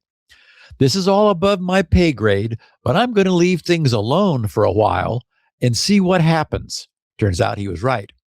He said, apparently, lots of people are reinstalling Windows because of this, but I think that's super premature at this point. Right again. He said, my guess is this is a gift from Microsoft, which they will admit to shortly. And if you reformatted your drive, they'll apologize for the inconvenience. Dripping with sarcasm there. And unfortunately, their apology left a lot to be desired. Yeah. I was unimpressed. So later that same day, this past Sunday, Bleeping Computers' Lawrence Abrams was all over this and was providing answers. Lawrence headlined his news, writing, Microsoft Defender wrongly flags DigiCert certs as Trojan, Win32 / certigent.a ! DHA. So here's what he wrote. He said, Microsoft Defender is detecting legitimate DigiCert root certificates as, and then that Trojan name, resulting in widespread false positive alerts, and in some cases, removing certificates from Windows. Removing their root certificates, by the way. According to cybersecurity expert Florian Roth, the issue first appeared after Microsoft added the detections to a Defender signature update on April 30th.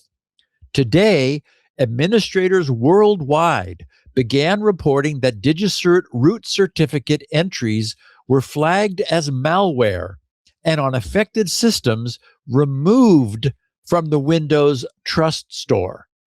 Okay, so hold on. To be clear, what a disaster this was. As we know, root certificates anchor the chain of trust for everything that chains down to them. With them removed from a system, nothing that chains down to them will be trusted, despite having been trusted just moments before. That's the way the system works, and no one has come up with a better idea for validating signed code. Those two certificates are DigiCert's code signing roots. And for example, all of GRC's, my signed apps, are anchored by one of the two of those that were being deleted. So the mistaken removal of those two code signing roots from the Windows Trusted Root Store automatically and instantly renders every app that was ever signed by a DigiCert certificate, who is as I said before, the industry's now the industry's number one certificate authority, renders every one of those invalid and untrusted by Windows. Huge mess. Bleeping Computer continues writing, these false positives have led to concern, you think, among Windows users, with some thinking their devices were infected and reinstalling the operating system to be safe. Microsoft has reportedly fixed the detections in Security Intelligence Update version 1.449.430.0, and the most recent update is now 1.449.431.0. Actually, I think that should be .1. Anyway, reports on Reddit indicate that the fix also restores previously removed certificates on affected systems. Well, that's nice. So yeah, thank goodness for that. And it's not as if Microsoft had any choice, right, about putting them back. It would have been a true disaster if there weren't some immediate means for reverting the specious removal of DigiCert's perfectly valid root certificates. As we'll see in a few moments, even though DigiCert did suffer a breach which caused it to misissue a handful of code signing certificates, at no point was the removal of any of their root certificates ever warranted. I mean, that's just nuts. I hope Microsoft will put some safeguards in place to prevent such a thing in the future. Bleeping Computer continues. The new Microsoft Defender updates will automatically install, and Windows users can manually force an update by going to Windows Security, Virus and Threat Protection, Protection Updates, and clicking on Check for Updates. After publishing this article, wrote Lawrence, Microsoft confirmed that the false positives were linked to detections for compromised certificates from a recent DigiCert breach. Well, linked, but completely ridiculous to have deleted the roots. Microsoft told Bleeping Computer, here it comes, quote, this is Microsoft speaking, following reports of compromised certificates, Microsoft Defender immediately added detections for malware in our Defender antivirus software to help keep customers protected. Earlier today, we determined false positive alerts were mistakenly triggered and updated the alert logic. Microsoft Defender suppressed and cleaned up the alerts for customer environments. Customers should update to security intelligence version, and then we get that same version number or later, but do not need to take additional action in other words, don't reinstall Windows for these alerts. We've notified affected organizations and recommended administrators look for more details in the Service Health Dashboard, the SHD, within the M365 Admin Center, unquote. Okay, well, that's an entirely unsatisfying answer from Microsoft, but I suppose given what Microsoft has become, it's the best we're going to get and the best we can expect. Nothing they wrote is untrue, but neither should it satisfy anyone who would have appreciated hearing them say something like, quote, in response to reports of compromised certificates, Microsoft Defender was a bit overzealous and mistakenly removed some related certificates that should have remained. Microsoft Defender was immediately updated to cure that behavior and has replaced any certificates that were mistakenly deleted. You know, is that so difficult to say? It shouldn't be. Just wait till you see how thoroughly DigiCert took full responsibility for their part in this drama. Lawrence's reporting continues, writing, the false positives occurred shortly after a disclosed DigiCert security incident that enabled threat actors to obtain valid code signing certificates used to sign malware. The DigiCert incident report explained, quote, a malware incident targeted a customer support team member. Upon detection, the threat vector was contained. Our subsequent investigation found that the threat actor was able to procure initialization codes, which I'll explain in a sec, for a limited number of code signing certificates, a few of which were used to sign malware. The identified certificates were revoked within 24 hours of discovery and the revocation date set to their date of issuance. As a precautionary measure, all pending orders within the window of interest were canceled. Additional details will be provided in our full incident report, unquote. So that's a small sample of what good disclosure looks like. Lawrence continues, according to DigiCert's incident report, attackers targeted the company's support staff, meaning DigiCert's support staff, in early April by creating support messages containing a malicious zip disguised as a screenshot. After multiple blocked attempts, one support analysis device was eventually compromised, followed by a second system that went undetected for a time due to an endpoint protection sensor gap. Using access to the breached support environment, the hacker used a feature in DigiCert's internal support portal that allowed support staff to view customer accounts from the customer's perspective. While limited in scope, this access exposed initialization codes to previously approved but undelivered EV, extended validation, code signing certificate. DigiCert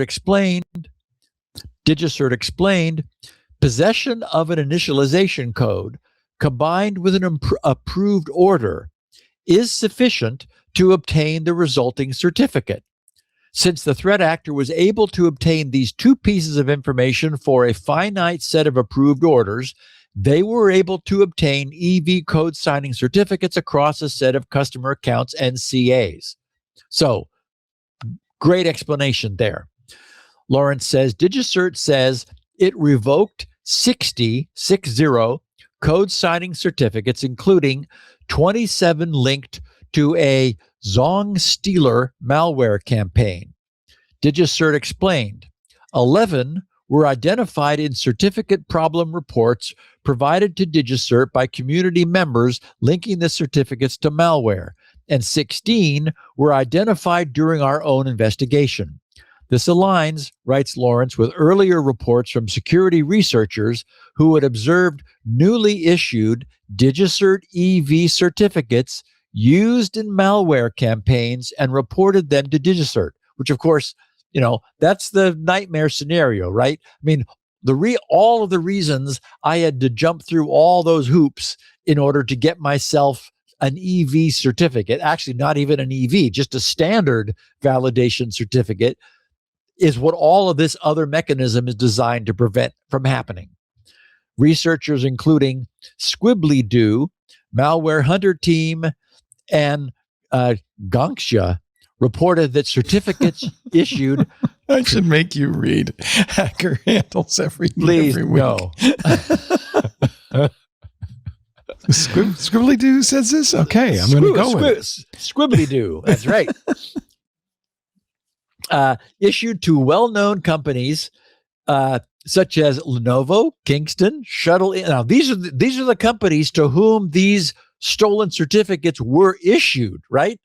Lenovo, Kingston, Shuttle Inc., Pallet Microsystems were all used to sign malware. So, question, what do Lenovo, Kingston, Shuttle Inc., and Pallet Microsystems have in common? Posted Squibbly-Doo on X. EV certificates from these companies were issued and used by a Chinese crime group, Golden Eye Dog. And that's an APT known as Q-27. The malware in this campaign is named Zong Stealer, though analysis indicates it may be more like a remote access Trojan than an info stealer.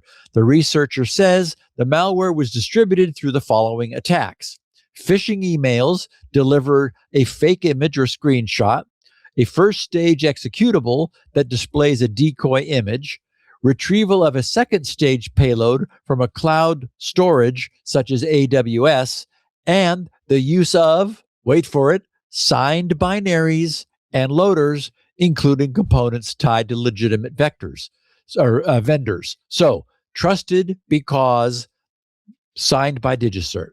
After DigiCert disclosed the incident, the researcher said the incident report explains how the certificates used in these malware campaigns were obtained, because clearly illegitimate.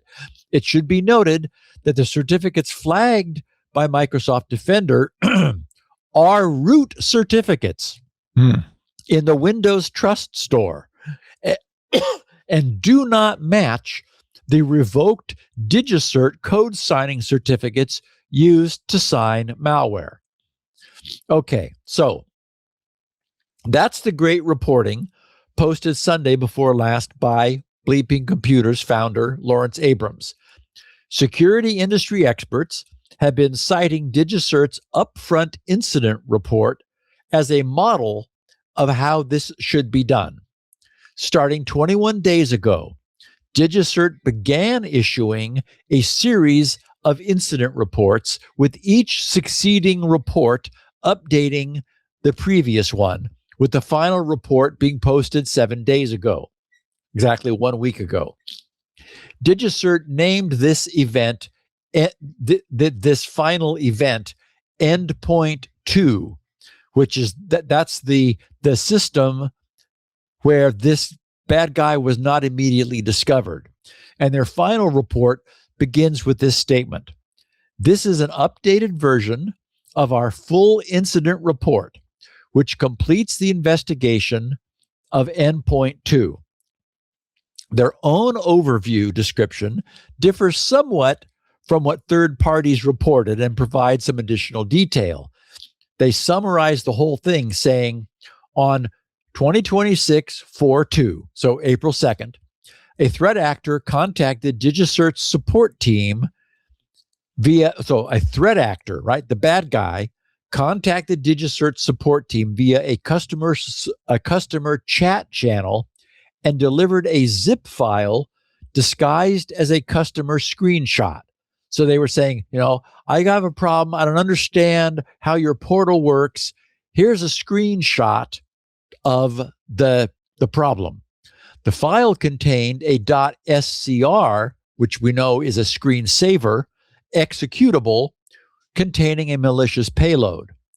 CrowdStrike, who is we know the endpoint security company that does a great job, except that they once brought down all of Windows, but that was, whoops. CrowdStrike and other security measures, they wrote, successfully blocked 4 delivery attempts.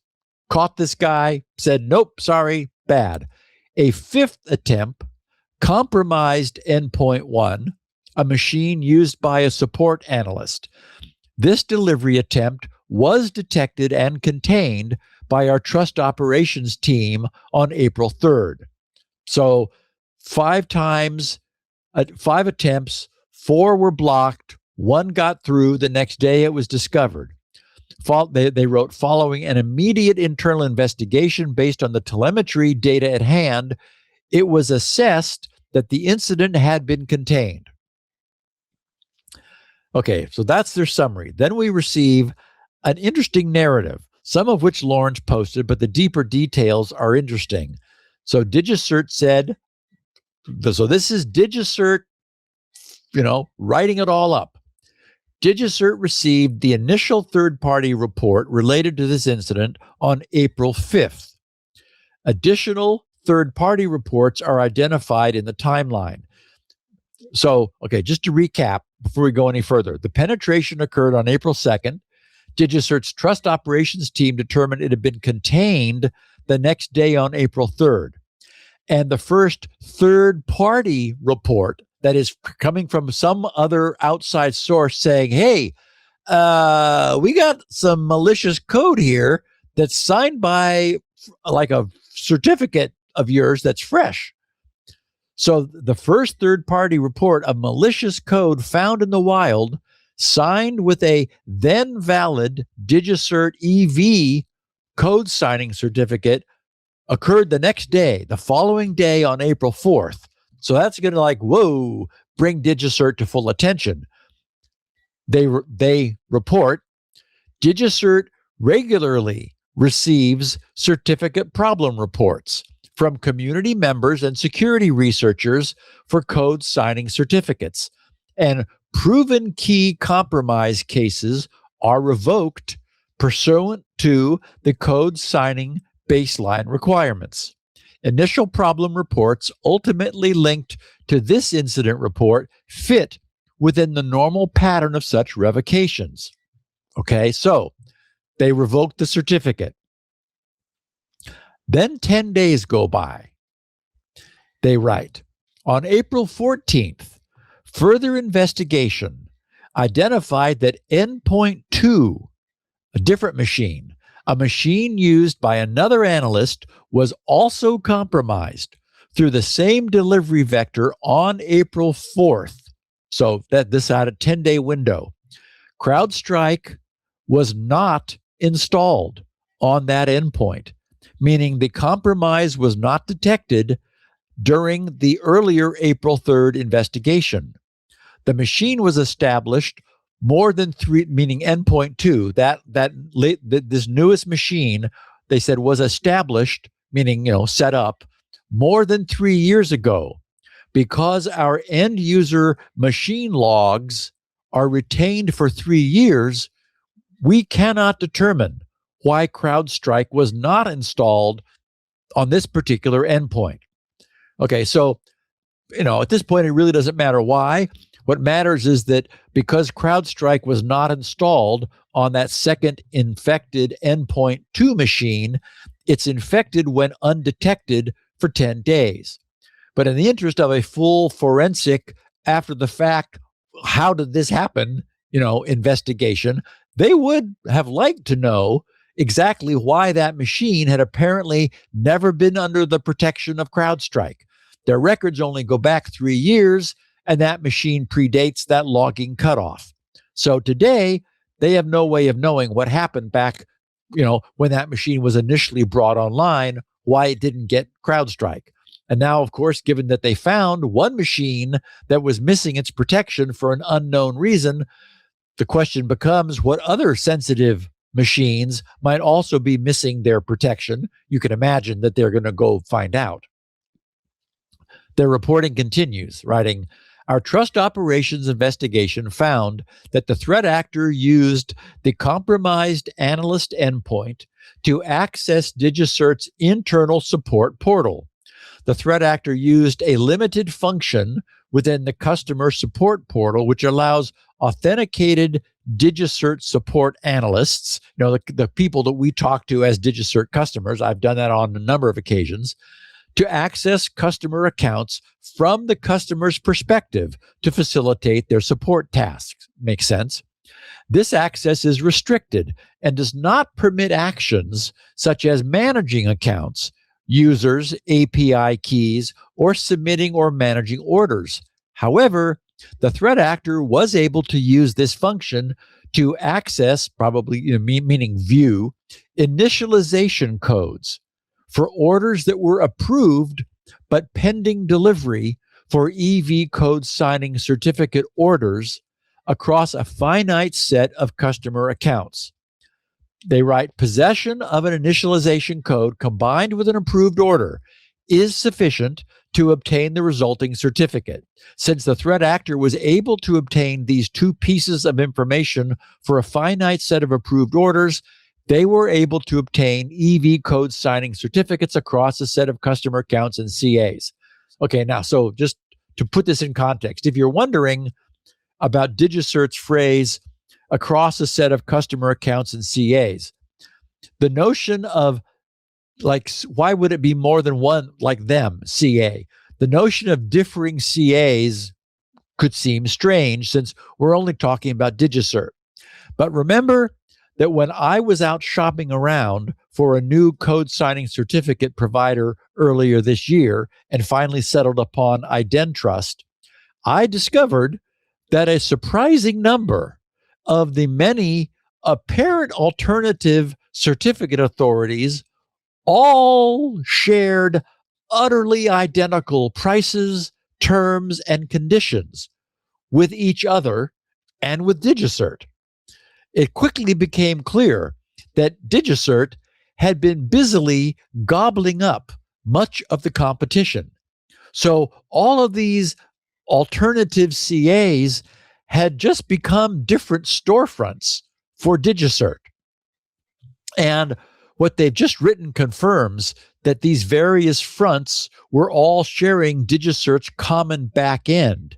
I'm not criticizing DigiCert. It's, smart business, but it does mean that we now have much reduced competition, and that's not usually best for consumers. Okay, so now we get some statistics and numbers.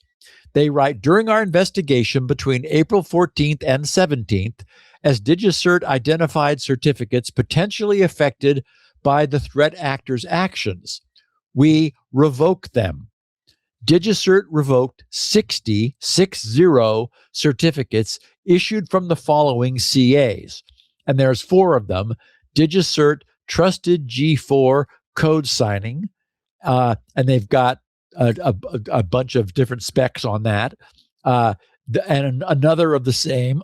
then one called Go Get SSL G4 Code Signing. So that's probably one of the other compromised sub CAs, and also something called VeroKey High Assurance Secure Code EV. So those were the root CAs that had been used to sign those certs. They wrote 27 of the 60 revoked certificates were explicitly linked to the threat actor. 11 were identified in certificate problem reports provided to DigiCert by community members linking the certificates to malware, and 16 were identified during our own investigation. During our investigation, it included review of the threat actor's activity in the support system, as well as tracing delivery to IP addresses known to have been used by the threat actor. So they got information about the known problem certificates.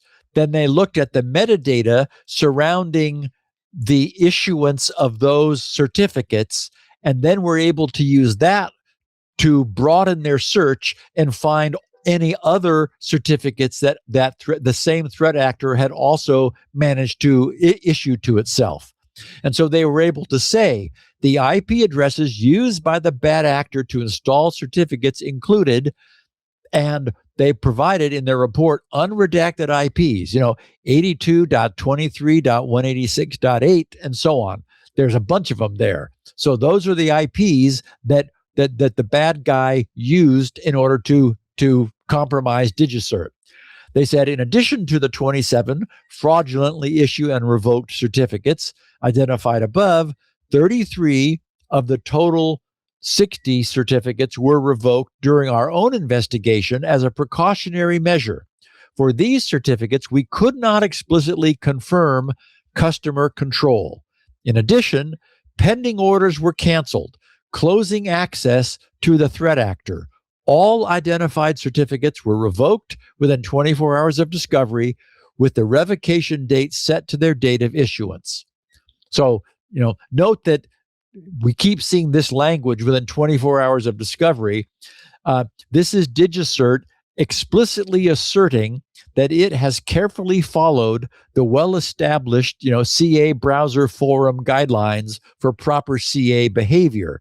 This is where, as previously we've seen and reported, the other disgraced certificate authorities fell well short. Those others were, under the rug sweepers, first hoping that no one would notice and catch them in their mistakes. And then once they've been exposed, they worked overtime to minimize and hide their failures. The truth is, no one expects anyone in this arena to be perfect. Perfection is not a requirement. Proper behavior and acknowledgement of a mistake, that's the requirement. So that's what DigiCert is busy doing here. They wrap up their initial overview by writing, the exploited certificates identified by the community member were found to have been issued by and to sign the Zong Stealer malware family and so forth, and basically the same stuff that Lawrence talked about. So the really interesting stuff comes next, it being how they take themselves to task over how this happened, and in detail the contributing factors that facilitated the attacker's success. So what I'm about to share is the reason I gave today's podcast the title, DigiCert Doing It Right. This is written so objectively that it feels more like the work of outside auditors than DigiCert's own staff. It's just so difficult to fully disconnect one's own ego from truly self-indicting statements. But to DigiCert's credit, there was no sign of that, the typical rolling disclosure that we've seen so many times elsewhere. Microsoft, for one, could certainly learn a thing or three from DigiCert. So we're going to talk next about their headline root cause analysis, Leo, after we take our final break. Okie dokie. Man, we live in a dangerous world. We live in a world where a huge amount of industry is being applied by the bad guys. Yeah. I mean, they're remember working how hard. at the beginning of this podcast, we had cute little viruses. And they used to infect people. And we go, oh, look at that. What does it do? Nothing. It just propagates. Why? Well, because it can. But it defaces your web page. That's all. Everything changed. Everything changed when cryptocurrency allowed the bad guys to get paid. Yep. It turned it into a business model. Well, fortunately, there's ThreatLocker, our sponsor for this segment of security. Now, a little zero trust goes a long way. ThreatLocker's zero trust platform delivers the industry's most comprehensive suite of zero trust solutions. They just added protection for networks and the cloud. By extending zero trust enforcement to cloud services and company networks, this is huge. ThreatLocker ensures that devices are validated through a secure broker before connecting to platforms like, the ones you're using, Salesforce or Microsoft 365, Asana, Google Workspace, GitHub. This means even if a user is successfully phished, and this is $64,000 question, right? Can you keep your users from getting phished? But even if a user is successfully phished, with this zero trust platform, attackers cannot access resources. It stops them. They'd have to have physical possession of the user's trusted device and authenticate through that. That's a lot better, isn't it? ThreatLocker works across all industries. They have fantastic 24/7 US-based support. I've talked to them. I know how good they are and how much they care. It works in every environment, Windows, Mac, Linux, absolutely. It enables comprehensive visibility and control. And I'll tell you, when you look at the control panel and you see how ThreatLocker is doing it, in fact, one of the things it's worth doing, if nothing else, get a demo, because you'll see right there on the control panel who's trying to access your system and what they're using. You may not know that you have 16 different remote access tools running on your company network, but you put ThreatLocker on there, you'll know immediately. So it's just great for diagnosis alone. But of course, it does a whole lot more. Just ask Rob Thackeray. He's the end user technical architect at Heathrow Airport. Heathrow's had problems in the past. I think there is a real burden on Rob to make sure that Heathrow is absolutely locked down. That's why they chose ThreatLocker. He said, and this is a direct quote, ThreatLocker was the most intuitive solution we tested, and the responsiveness of the organization, the willingness to engage with us, to set up a demo, to work with us on weekly audit reviews was very good. It is great to have an ongoing relationship with a company that's so responsive to our requests. Thank you, Rob. ThreatLocker is trusted by global enterprises that just can't afford to be down. They cannot afford to be ransomware. They cannot afford to be phished. Companies like JetBlue, they use ThreatLocker. The Indianapolis Colts, the Port of Vancouver. ThreatLocker consistently receives high honors and industry recognition, a G2 high performer and best support for enterprise. Summer 2025, PeerSpot ranked ThreatLocker number 1 in application control. GetApp gave ThreatLocker their best functionality and features award in 2025. And I can go on. I won't, but they've won all the awards. With ThreatLocker, you confidently ensure that users have access to a consistent, safe network connection. Offices, remote users, internal servers, and critical services can maintain smooth operations without the need to open inbound ports. You don't even have to deploy traditional VPN solutions. Your end users will get the secure, reliable internal system access they need wherever they are without complex infrastructure changes. It really works. Get unprecedented protection quickly, easily, and cost-effectively with ThreatLocker. Do this for yourself. Visit threatlocker.com/twit. Get a free 30-day trial. Learn more about how ThreatLocker can help mitigate unknown threats and ensure compliance. That's threadlocker.com/twit. Threadlocker.com/twit. We thank them so much for their support of security now. And now back to the DigiCert story with Steve. So under technical background, they said, understanding this incident requires understanding how EV code signing certificates are issued on hardware tokens. The customer requests a code signing certificate from DigiCert.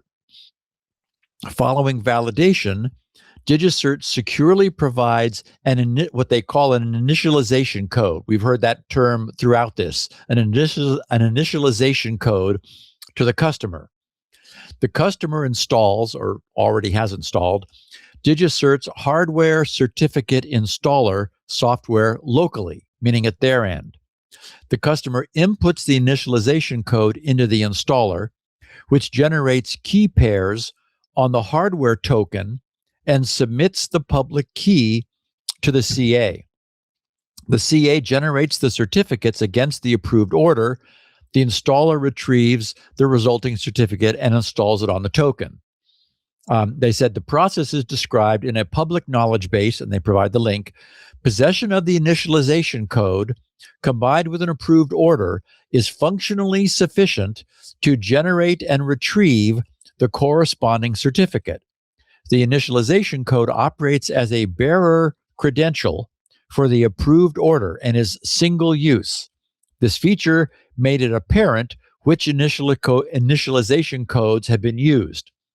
Okay, so I've done exactly this in prior years with DigiCert. And when you think about it, the process of issuing a certificate, that like creating and issuing, creating and signing, that will be contained on a hardware token is a little trickier than you might just imagine at first. The need is for the private key half of the public-private key pair to never, ever, for any reason, ever, just to be clear, ever exist. Never. Yes. Thank you, Leo. Outside the hardware. It's in the key and it never leaves. That means that it must be generated by the dongle inside the dongle, and that the dongle will never export its ultra protected hardware key. So when web server public private key pairs have no such requirement. So a web server just uses the underlying operating system's cryptographic system to synthesize a key pair, a public key pair for it. It holds onto the private key while the public key is placed into a CSR, a certificate signing request, which the CA signs and returns. But forcing the private key to never leave the hardware dongle very much complicates matters. The point here is that DigiCert issues these initialization codes against a customer's account, sends them to the customer, who then uses them with DigiCert's own hardware certificate installer app running on the client's machine with the hardware dongle plugged into it. The code validates, the code which is ingested by their app, which they provide, validates their right to have a certificate by communicating on the back end with DigiCert's APIs and servers. Then it triggers the key pair generation on the hardware dongle. The public, then the hardware dongle does allow the public side, the public key, to be sent out, which the app then uploads to DigiCert, and the installation of the signed certificate. So DigiCert then signs that public key, sends it back to the app, which then installs it back into the hardware. So a lot is going on that the user never sees. From the user's perspective, it just kind of is magic. You enter your code and then you say, go baby. And a minute or two later, it says, okay, you got your key. You're all set to go. But the point is that the stateful nature of the operation creates some points of exploitability. There exists a window from the time that initialization code is issued to the time it is actually applied, where the bad guys who are able to get it could install it in their own hardware rather than the customer installing it in their hardware. And these are big companies, right? Lenovo, for example, where they've got teams doing things. They have got initialization codes that have been issued but haven't been used yet. And so the bad guys took advantage of that window. So DigiCert states 4 what they called contributing factors, things about the way their system is, and actually now was, that helped this to happen. Contributing factor 1, they said inconsistent or incomplete endpoint detection coverage. Well, we know that, right? They said security tooling, CrowdStrike, was not uniformly configured by DigiCert across the user population exposed to the attack. The CrowdStrike prevention setting on endpoint 1 was below the intended organizational standard at the time of the initial compromise, allowing the malicious payload to execute before blocking engaged. The CrowdStrike sensor on endpoint 2 was not installed. As a result, no detection fired on the compromised machine. Logs for end entity machines are retained for 3 years. Since this machine was set up more than 3 years ago, our security team could not determine why this particular machine either did not have an installed CrowdStrike sensor. They also said the sensor not being installed was identified on April 14th during the expanded investigation triggered by the third-party report. They thought they had it contained on the 4th. 10 days later, it's like, ooh, crap, something's big and bad has happened. They said the original investigation on April 4th did not include a check of EDR, endpoint detection, enrollment status for all exposed users. If the sensor had been installed on endpoint 2, the connection on endpoint 2 would likely have been detected and contained in the same time frame as the other targeted machine. That was endpoint 1. This created the window during which the threat actor was able to access the portal function, and then we're about to talk about that in the next contributing factor, and harvest initialization codes, which actually is the third contributing factor. Okay, so the second contributing factor, insufficient privilege minimization in the support portal function. Again, taking full responsibility for how the bad guy was able to get up to as much as they were. Insufficient privilege. So, minimization. So they wrote DigiCert's internal support portal includes a function that allows authenticated support analysts to proxy into specific customer accounts to facilitate customer support. Like viewing it the way the customer does. I don't really understand what's going on. Can you show me what I'm supposed to be seeing? And so the support guy says, okay, let me get onto your account, and goes, I see what you mean. So they wrote, in this mode, certain functions are masked from the analyst. However, access to initialization codes for pending code signing certificate orders was not among the masked data elements. And they're saying it could have been, leaving those codes accessible to support an analyst operating in a proxied session. They said the portal function had not been formally classified.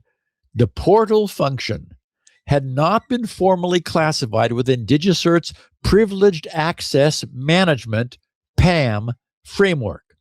The definition of privileged access was primarily scoped to direct access to CA and did not encompass this indirect account management function that had a path to certificate issuance. As a result, the portal function was not subject to the PAM controls applicable to privileged users under the CAB net security, including formal threat modeling against misuse scenarios, least privilege design review, and access recertification. In other words, they missed this, and they recognize that this did not have to be. They said the portal function is a long-standing feature. On April 14th and 15th, following the discovery of the incident, we deployed a code change to mask initialization codes from proxied users on both our US and EU platforms using either the UI or the API. The absence of this initialization code masking was identified during the investigation triggered by the third-party report on April 14th. And finally, interaction with other factors. This factor, this second contributing factor, defines the scope of the damage enabled by the contributing factor number 1, which was the lack of endpoint coverage. Without the EDR gap, the dwell time would have been minimal and the number of initialization codes accessible would have been limited. This factor also interacts with contributing factor 3, as the absence of masking is a direct consequence of the codes not being recognized as requiring credential tier protection, which brings us to contributing factor number 3, initialization codes not protected as bearer credentials, meaning the initialization codes were not considered to have sufficient need for protection.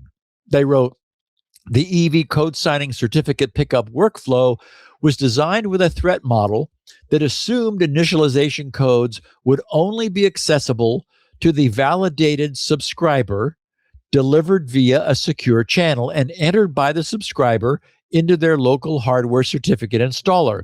The threat model did not account for the scenario in which initialization codes stored within DigiCert's internal support portal could be viewed by a compromised DigiCert analyst account operating through the portal function. Again, whoopsie. Therefore, initialization codes were classified as intermediate workflow data rather than bearer credentials, which would have elevated their need for protection to a higher level. This initialization code workflow, they wrote, was designed at the time the EV code signing token issuance process was developed. The issue was identified during the investigation triggered by the third-party report on April 14th, was not identified through any previous design review prior to this incident. So this just kept getting missed because, again, you can look at things, but sometimes you just don't see them. And their point is that this mistaken definition allowed it never to be properly classified, and then it did not automatically fall within the proper security context and constraint. So everything we're seeing here is the work, and it should sound like it, of true forensic security professionals patiently working to understand step by step not only what happened, but why a supposedly carefully designed security system that was even designed from a theoretical set of theoretical premises of what we want. Even so, that allowed this to happen. So the result is guidance about what can be changed to prevent successful exploitation at each stage. And this brings us to the fourth and final contributing factor, which explains how the bad guys managed to infect DigiCert's 2 analysts in the first place. They wrote, overly permissive file transfer capability in customer-facing support channels. They said DigiCert's customer support chat channel and Salesforce case attachment workflow permitted delivery of inbound file attachments from external parties, including the general public, to CA support staff with insufficient restrictions on file type, automated sandboxing, and content inspection. This created a direct delivery path for malicious executable content to personnel having privileged access. The support chat channel had not been adequately evaluated as a potential attack surface for malware delivery against certificate authority staff.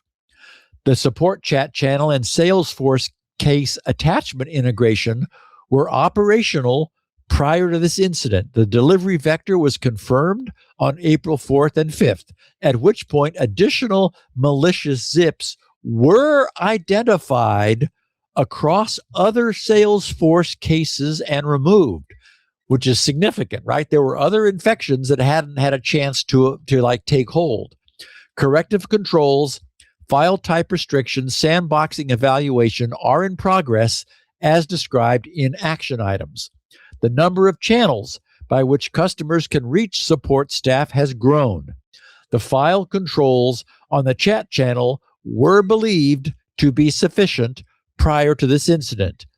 This factor is the initial attack vector that enabled all subsequent factors to come into play. And this brings us to the lessons learned conclusion, with what went well and what did not go well and where they got lucky. They explained under what did go well: rapid initial containment on endpoint machines where EDR was working as intended. For these machines, DigiCert's trust operations team completed containment, process termination, registry cleanup, and artifact deletion within hours of detection on April 3rd.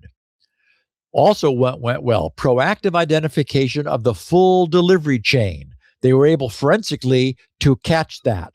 The investigation identified the Salesforce case attachment auto-conversion mechanism as the delivery path and located additional malicious zip files across other cases before they could be opened, preventing further compromises from the same campaign. So when they talked about earlier, they did not throw Salesforce under the bus, but they talked about how additional points of entry had been added. Apparently, it was the incorporation of the Salesforce services that allowed this stuff to get in that way, and it sort of snuck by. They said also what went well: same-day remediation of contributing vulnerabilities during incident response. Critical fixes were implemented without deferral. CrowdStrike prevention settings corrected on April 4th. Okta FastPass disabled and multi-factor authentication tightened on April 14th. Initialization code masking deployed across US and EU environments on the 14th and 15th. And confident attribution of the second compromise through forensic analysis. They did figure out exactly what happened after, with that endpoint 2 machine. They said linking across compromised machines' activity logs to the same threat actor required an analysis across identity events, endpoint telemetry, and support workflow artifacts. So, if that all went well, what did not? File type controls turned out to be insufficient on customer-facing support channels.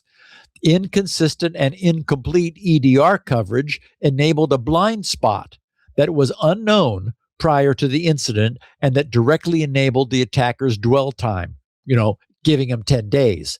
Initialization codes were not protected as bearer credentials as they should have been. The portal function exposed initialization codes that are functionally equivalent to the certificates they enable because they were classified as intermediate workflow data rather than credential material requiring masking and credential tier protections. Also, what did not go well: device-bound authentication. Okta FastPass was used as an MFA, a multi-factor authentication bypass. FastPass allowed a threat actor operating on a compromised device to inherit the device's authenticated session and satisfy multi-factor authentication requirements without a genuine second factor, enabling access to the portal initialization codes after the initial endpoint compromise. And finally, following endpoint containment, that endpoint 1 containment on April 3rd, the investigation concluded, obviously incorrectly, that compromise attempts had been neutralized without validating all endpoints exposed through the same delivery vector. So somebody a little too quickly said, okay, we're done here. In retrospect, of course, I imagine that they now wish that after that first attack, which was thwarted by CrowdStrike's endpoint defense after a brief window, that they had checked for other instances of that malicious zip file across the rest of their network. We now know that they did that later and did find a handful of other instances of it. So it's sort of unclear why that did not happen at the time, and I imagine somebody's asking somebody. So they finally share 2 points in conclusion where they felt they got lucky. They said a community member involved in security research reported the evolving pattern of misused certificates and engaged in dialogue with our support team. Without that report, the undetected compromise of endpoint 2 and the associated misissuance might have remained undiscovered for a longer period. Nice of them to admit that. Our investigation also, they got lucky, where our investigation indicates that the threat actor's activity was focused on gaining access to code signing certificates. A differently motivated threat actor might have attempted to use the compromised account for broader actions. Several of our action items are designed to address this risk. And then they conclude with a final 3 points. This incident demonstrates that internal support tooling with indirect paths to certificate issuance must be subject to the same security scrutiny as their certificate authority issuing infrastructure. Tools that were designed for legitimate operational purposes can become high-value attack targets. Second, the incident also illustrates the importance of defining privileged access broadly enough to encompass any system or function with a path to certificate issuance, not just those with direct access to HSMs, hardware security modules, or signing infrastructure. And finally, the dwell time underscores the importance of comprehensive post-incident investigation scope, meaning don't quit your investigation prematurely, and continuous EDR coverage monitoring, like make sure all your endpoints are actually being monitored. A single missed endpoint can negate the value of rapid containment elsewhere. So, they go on to actually enumerate 21 individual action items, many of which they already articulated or implied. So I'm not going to take us, thankfully, through each of those. Suffice to say that there's little doubt that DigiCert was extremely unhappy and embarrassed by this event, right? Everything any certificate authority is about, and a huge amount of security-focused design and third-party contractor support from the likes of CrowdStrike and several others, all of this was intended to prevent anything like this from ever happening. But it did anyway. But at no point did we see what we've previously observed from so many other certificate authorities who have been struck by similar abuse, or even by Microsoft, who has nothing to lose. No one's going to leave Windows. Almost invariably, they first hoped, the other guys, these really, denial certificate authorities first hoped that nobody would notice. Then when someone did, they would downplay the severity of the incident, hoping that that would be it. Then when additional evidence of further exploit came to light and surfaced, they'd apologize with some lame excuse about having intended to mention that too. Yeah, right. What we have from DigiCert, the industry's largest commercial certificate authority, second only to Let's Encrypt, which, is free, is full public disclosure and responsibility taking. The result has been a deep analysis followed by true action to prevent, like at multiple levels and stages, not just like closing the front door, but all the hallways in between, to prevent anything like this from transpiring again. And as usual, I think that's more to recommend them than not. If their code signing certificates were not so unreasonably expensive, I would not have invested so much time earlier this year preparing to jump ship and find another supplier. I'm glad I'll be moving to IdenTrust, but I'm only doing so because I object on principle to, unconscionable costs for certificates, not the quality of their work. But as for Microsoft, given what we now know, it is unbelievably difficult to understand, to explain away, to excuse how Microsoft could have possibly fumbled their end of this so thoroughly. There would presumably have been some dialogue between Microsoft and DigiCert, where DigiCert provided Microsoft with the thumbprints or serial numbers of the 6D certificates they had revoked and blacklisted so that Microsoft could do the same with Windows Defender. As we know, revocation is an imperfect answer with certificate management, but it's all we've got. So Microsoft would have definitely wanted to add those certificates, those 6D certificates, to Windows Defender's existing code signing deny list, so that nothing signing them would have been allowed to run on Windows. But that just entails checking thumbprints against Defender's deny list. How Microsoft could possibly have fumbled this into the removal of DigiCert's root certificates for all certificates ever issued in the world ever is just impossible to understand. Now, it feels very much as though someone in control of that important process doesn't know what they're doing, which is horrifying. I hope AI didn't do it. Anyway, fortunately, that too was fixable, and it was quickly fixed. So we go on, Leo, to the next adventure. I love it that Microsoft kind of, the way they phrase this sounds like they're blaming Defender. They say, in response to reports of compromised certificates, Microsoft Defender was a bit overzealous. What? Defender was overzealous? Well, it certainly acted poorly, but I think somebody told it to do so. So this is interesting. So they were initially compromised through customer support chat. Files uploaded through chat. Maybe chat, or it sounds like maybe they've added some Salesforce software as a service thing. Right. Because there was a mention of Salesforce. And that may be the chat. Exactly. It might be Salesforce chat. And so that it did get in that way. So somebody said to the support guy, hey, I don't understand what I'm seeing here. Let me send you a screenshot. Or here's a zip file of something. Yeah. And then the CSR, who had escalated privileges, which is a problem, unzipped it. It attacked. They responded very quickly. But this is the issue with certificates. Unlike, say, a ransomware attack, although that can happen pretty quickly.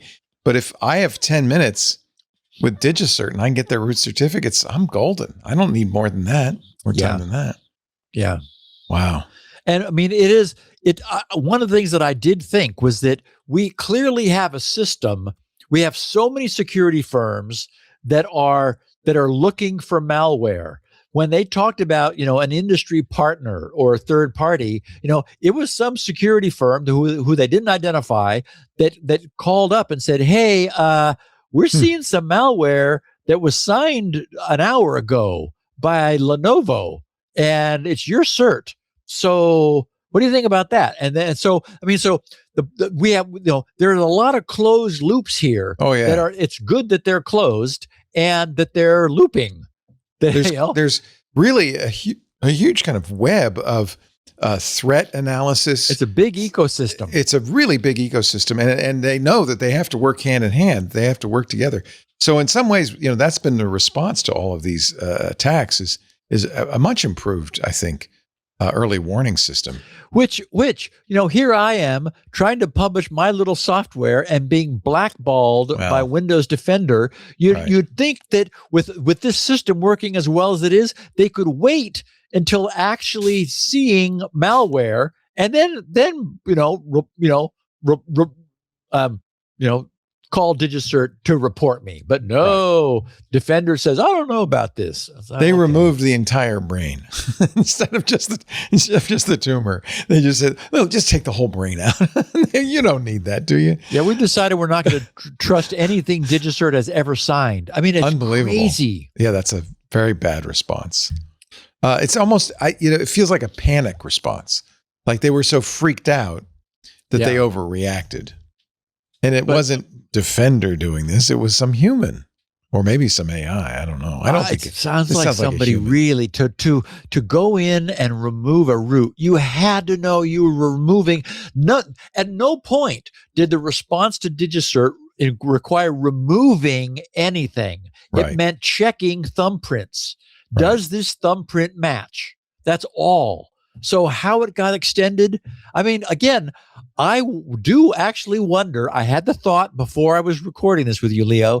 Could this have been AI that hallucinated a root cert removal? Maybe. Is that what we're now doing? We're now going to be dealing with? Boy, if so, that's not the case. Get your seatbelt. Yeah, that is buckle not up, good. Baby. Yeah.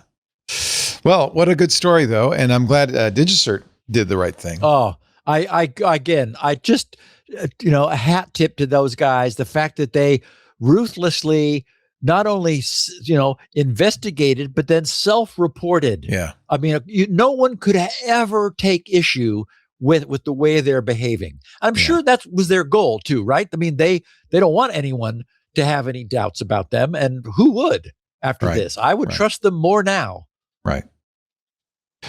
Good stuff. Thank you, Steve. Steve Gibson does this every Tuesday, as you probably know. I'm sure you make this a regular stop on your podcast list.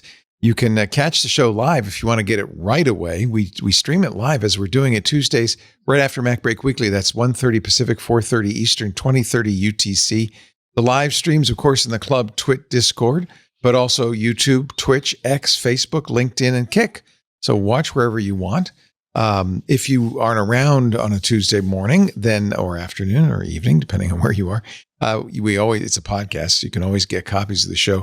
Steve's got actually completely unique versions of it. So depending on what version you want, it's the same show, but he's got the 16 kilobit audio versions, which admittedly not the highest fidelity, but very small. 64 kilobit, which is full fidelity.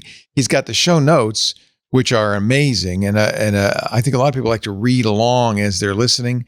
Well, it's also a great reference to have. He's very complete in the show notes, 22 pages today of show notes.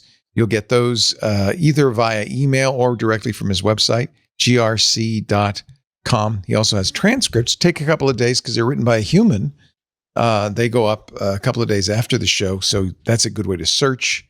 Or again, to read along as you listen. All of that at grc.com. If you do want to get the email transcripts, go to grc.com/email. And the initial point of this page was to whitelist your email so you can send Steve questions, comments, suggestions, picks for the picture of the week, that kind of thing. So there's an email form and he'll validate your email. But below it, since you're providing the email, there's also two checkboxes, one for the weekly newsletter that contains all of the show notes. The other for a very infrequent email when he's got a new product, like, of course, the world's best mass storage, maintenance, and recovery utility, SpinRite, currently 6.1, and his DNS Benchmark Pro, which just came out a few months ago. That is $9.99 and very much worth it. Frequently we say, oh, the internet's slow today, and it's not really the internet that's slow. It's your DNS server that's slow. Something's going on with Quad 9, by the way. If anybody's using Quad 9, I've noticed its cached response is very fast, but its when the Quad 9 server doesn't have something in its cache, it needs to go out, and it's like taking half a second for it to get a response back. So, and that's something DNS Benchmark Pro would let you know. That's how I found out about it. Yeah, it would also give you good alternatives, right? If that are faster. Yeah. So grc.com, the Gibson Research Corporation. You can go to our website, twit.tv/SN, for the 128 kilobit audio, which is, to be honest, not any better than the 64 kilobit audio, but we need to do it because Apple downsamples and they need a high quality one to downsample it. It's a long story. We also have video, which Steve does not have, and that is at twit.tv/SN. There's also a YouTube channel for the video. Great way to share clips. I think a lot of times people want little clips of pieces of this to send to the boss or your IT team or friends, whatever. That's the easiest way to do it. Everybody can watch YouTube. But the easiest way to make sure you don't miss an episode is to subscribe in your favorite podcast client. That way you'll get it automatically as soon as we've polished it all up. Benito, be working on that this afternoon. Steve, thank you so much. Great show. And we'll see you next week on Security Now. Episode 1079 coming up. Hi there, Leo Laporte here. I just wanted to let you know about some of the other shows we do on this network. You probably already know about This Week in Tech. Every Sunday, I bring together some of the top journalists in the tech field to talk about the tech stories. It's a wonderful chance for you to keep up on what's going on with tech, plus be entertained by some very bright and fun minds. I hope you'll tune in every Sunday for This Week in Tech. Just go to your favorite podcast client and subscribe. This Week in Tech from the Twit Network. Thank you. Security Now.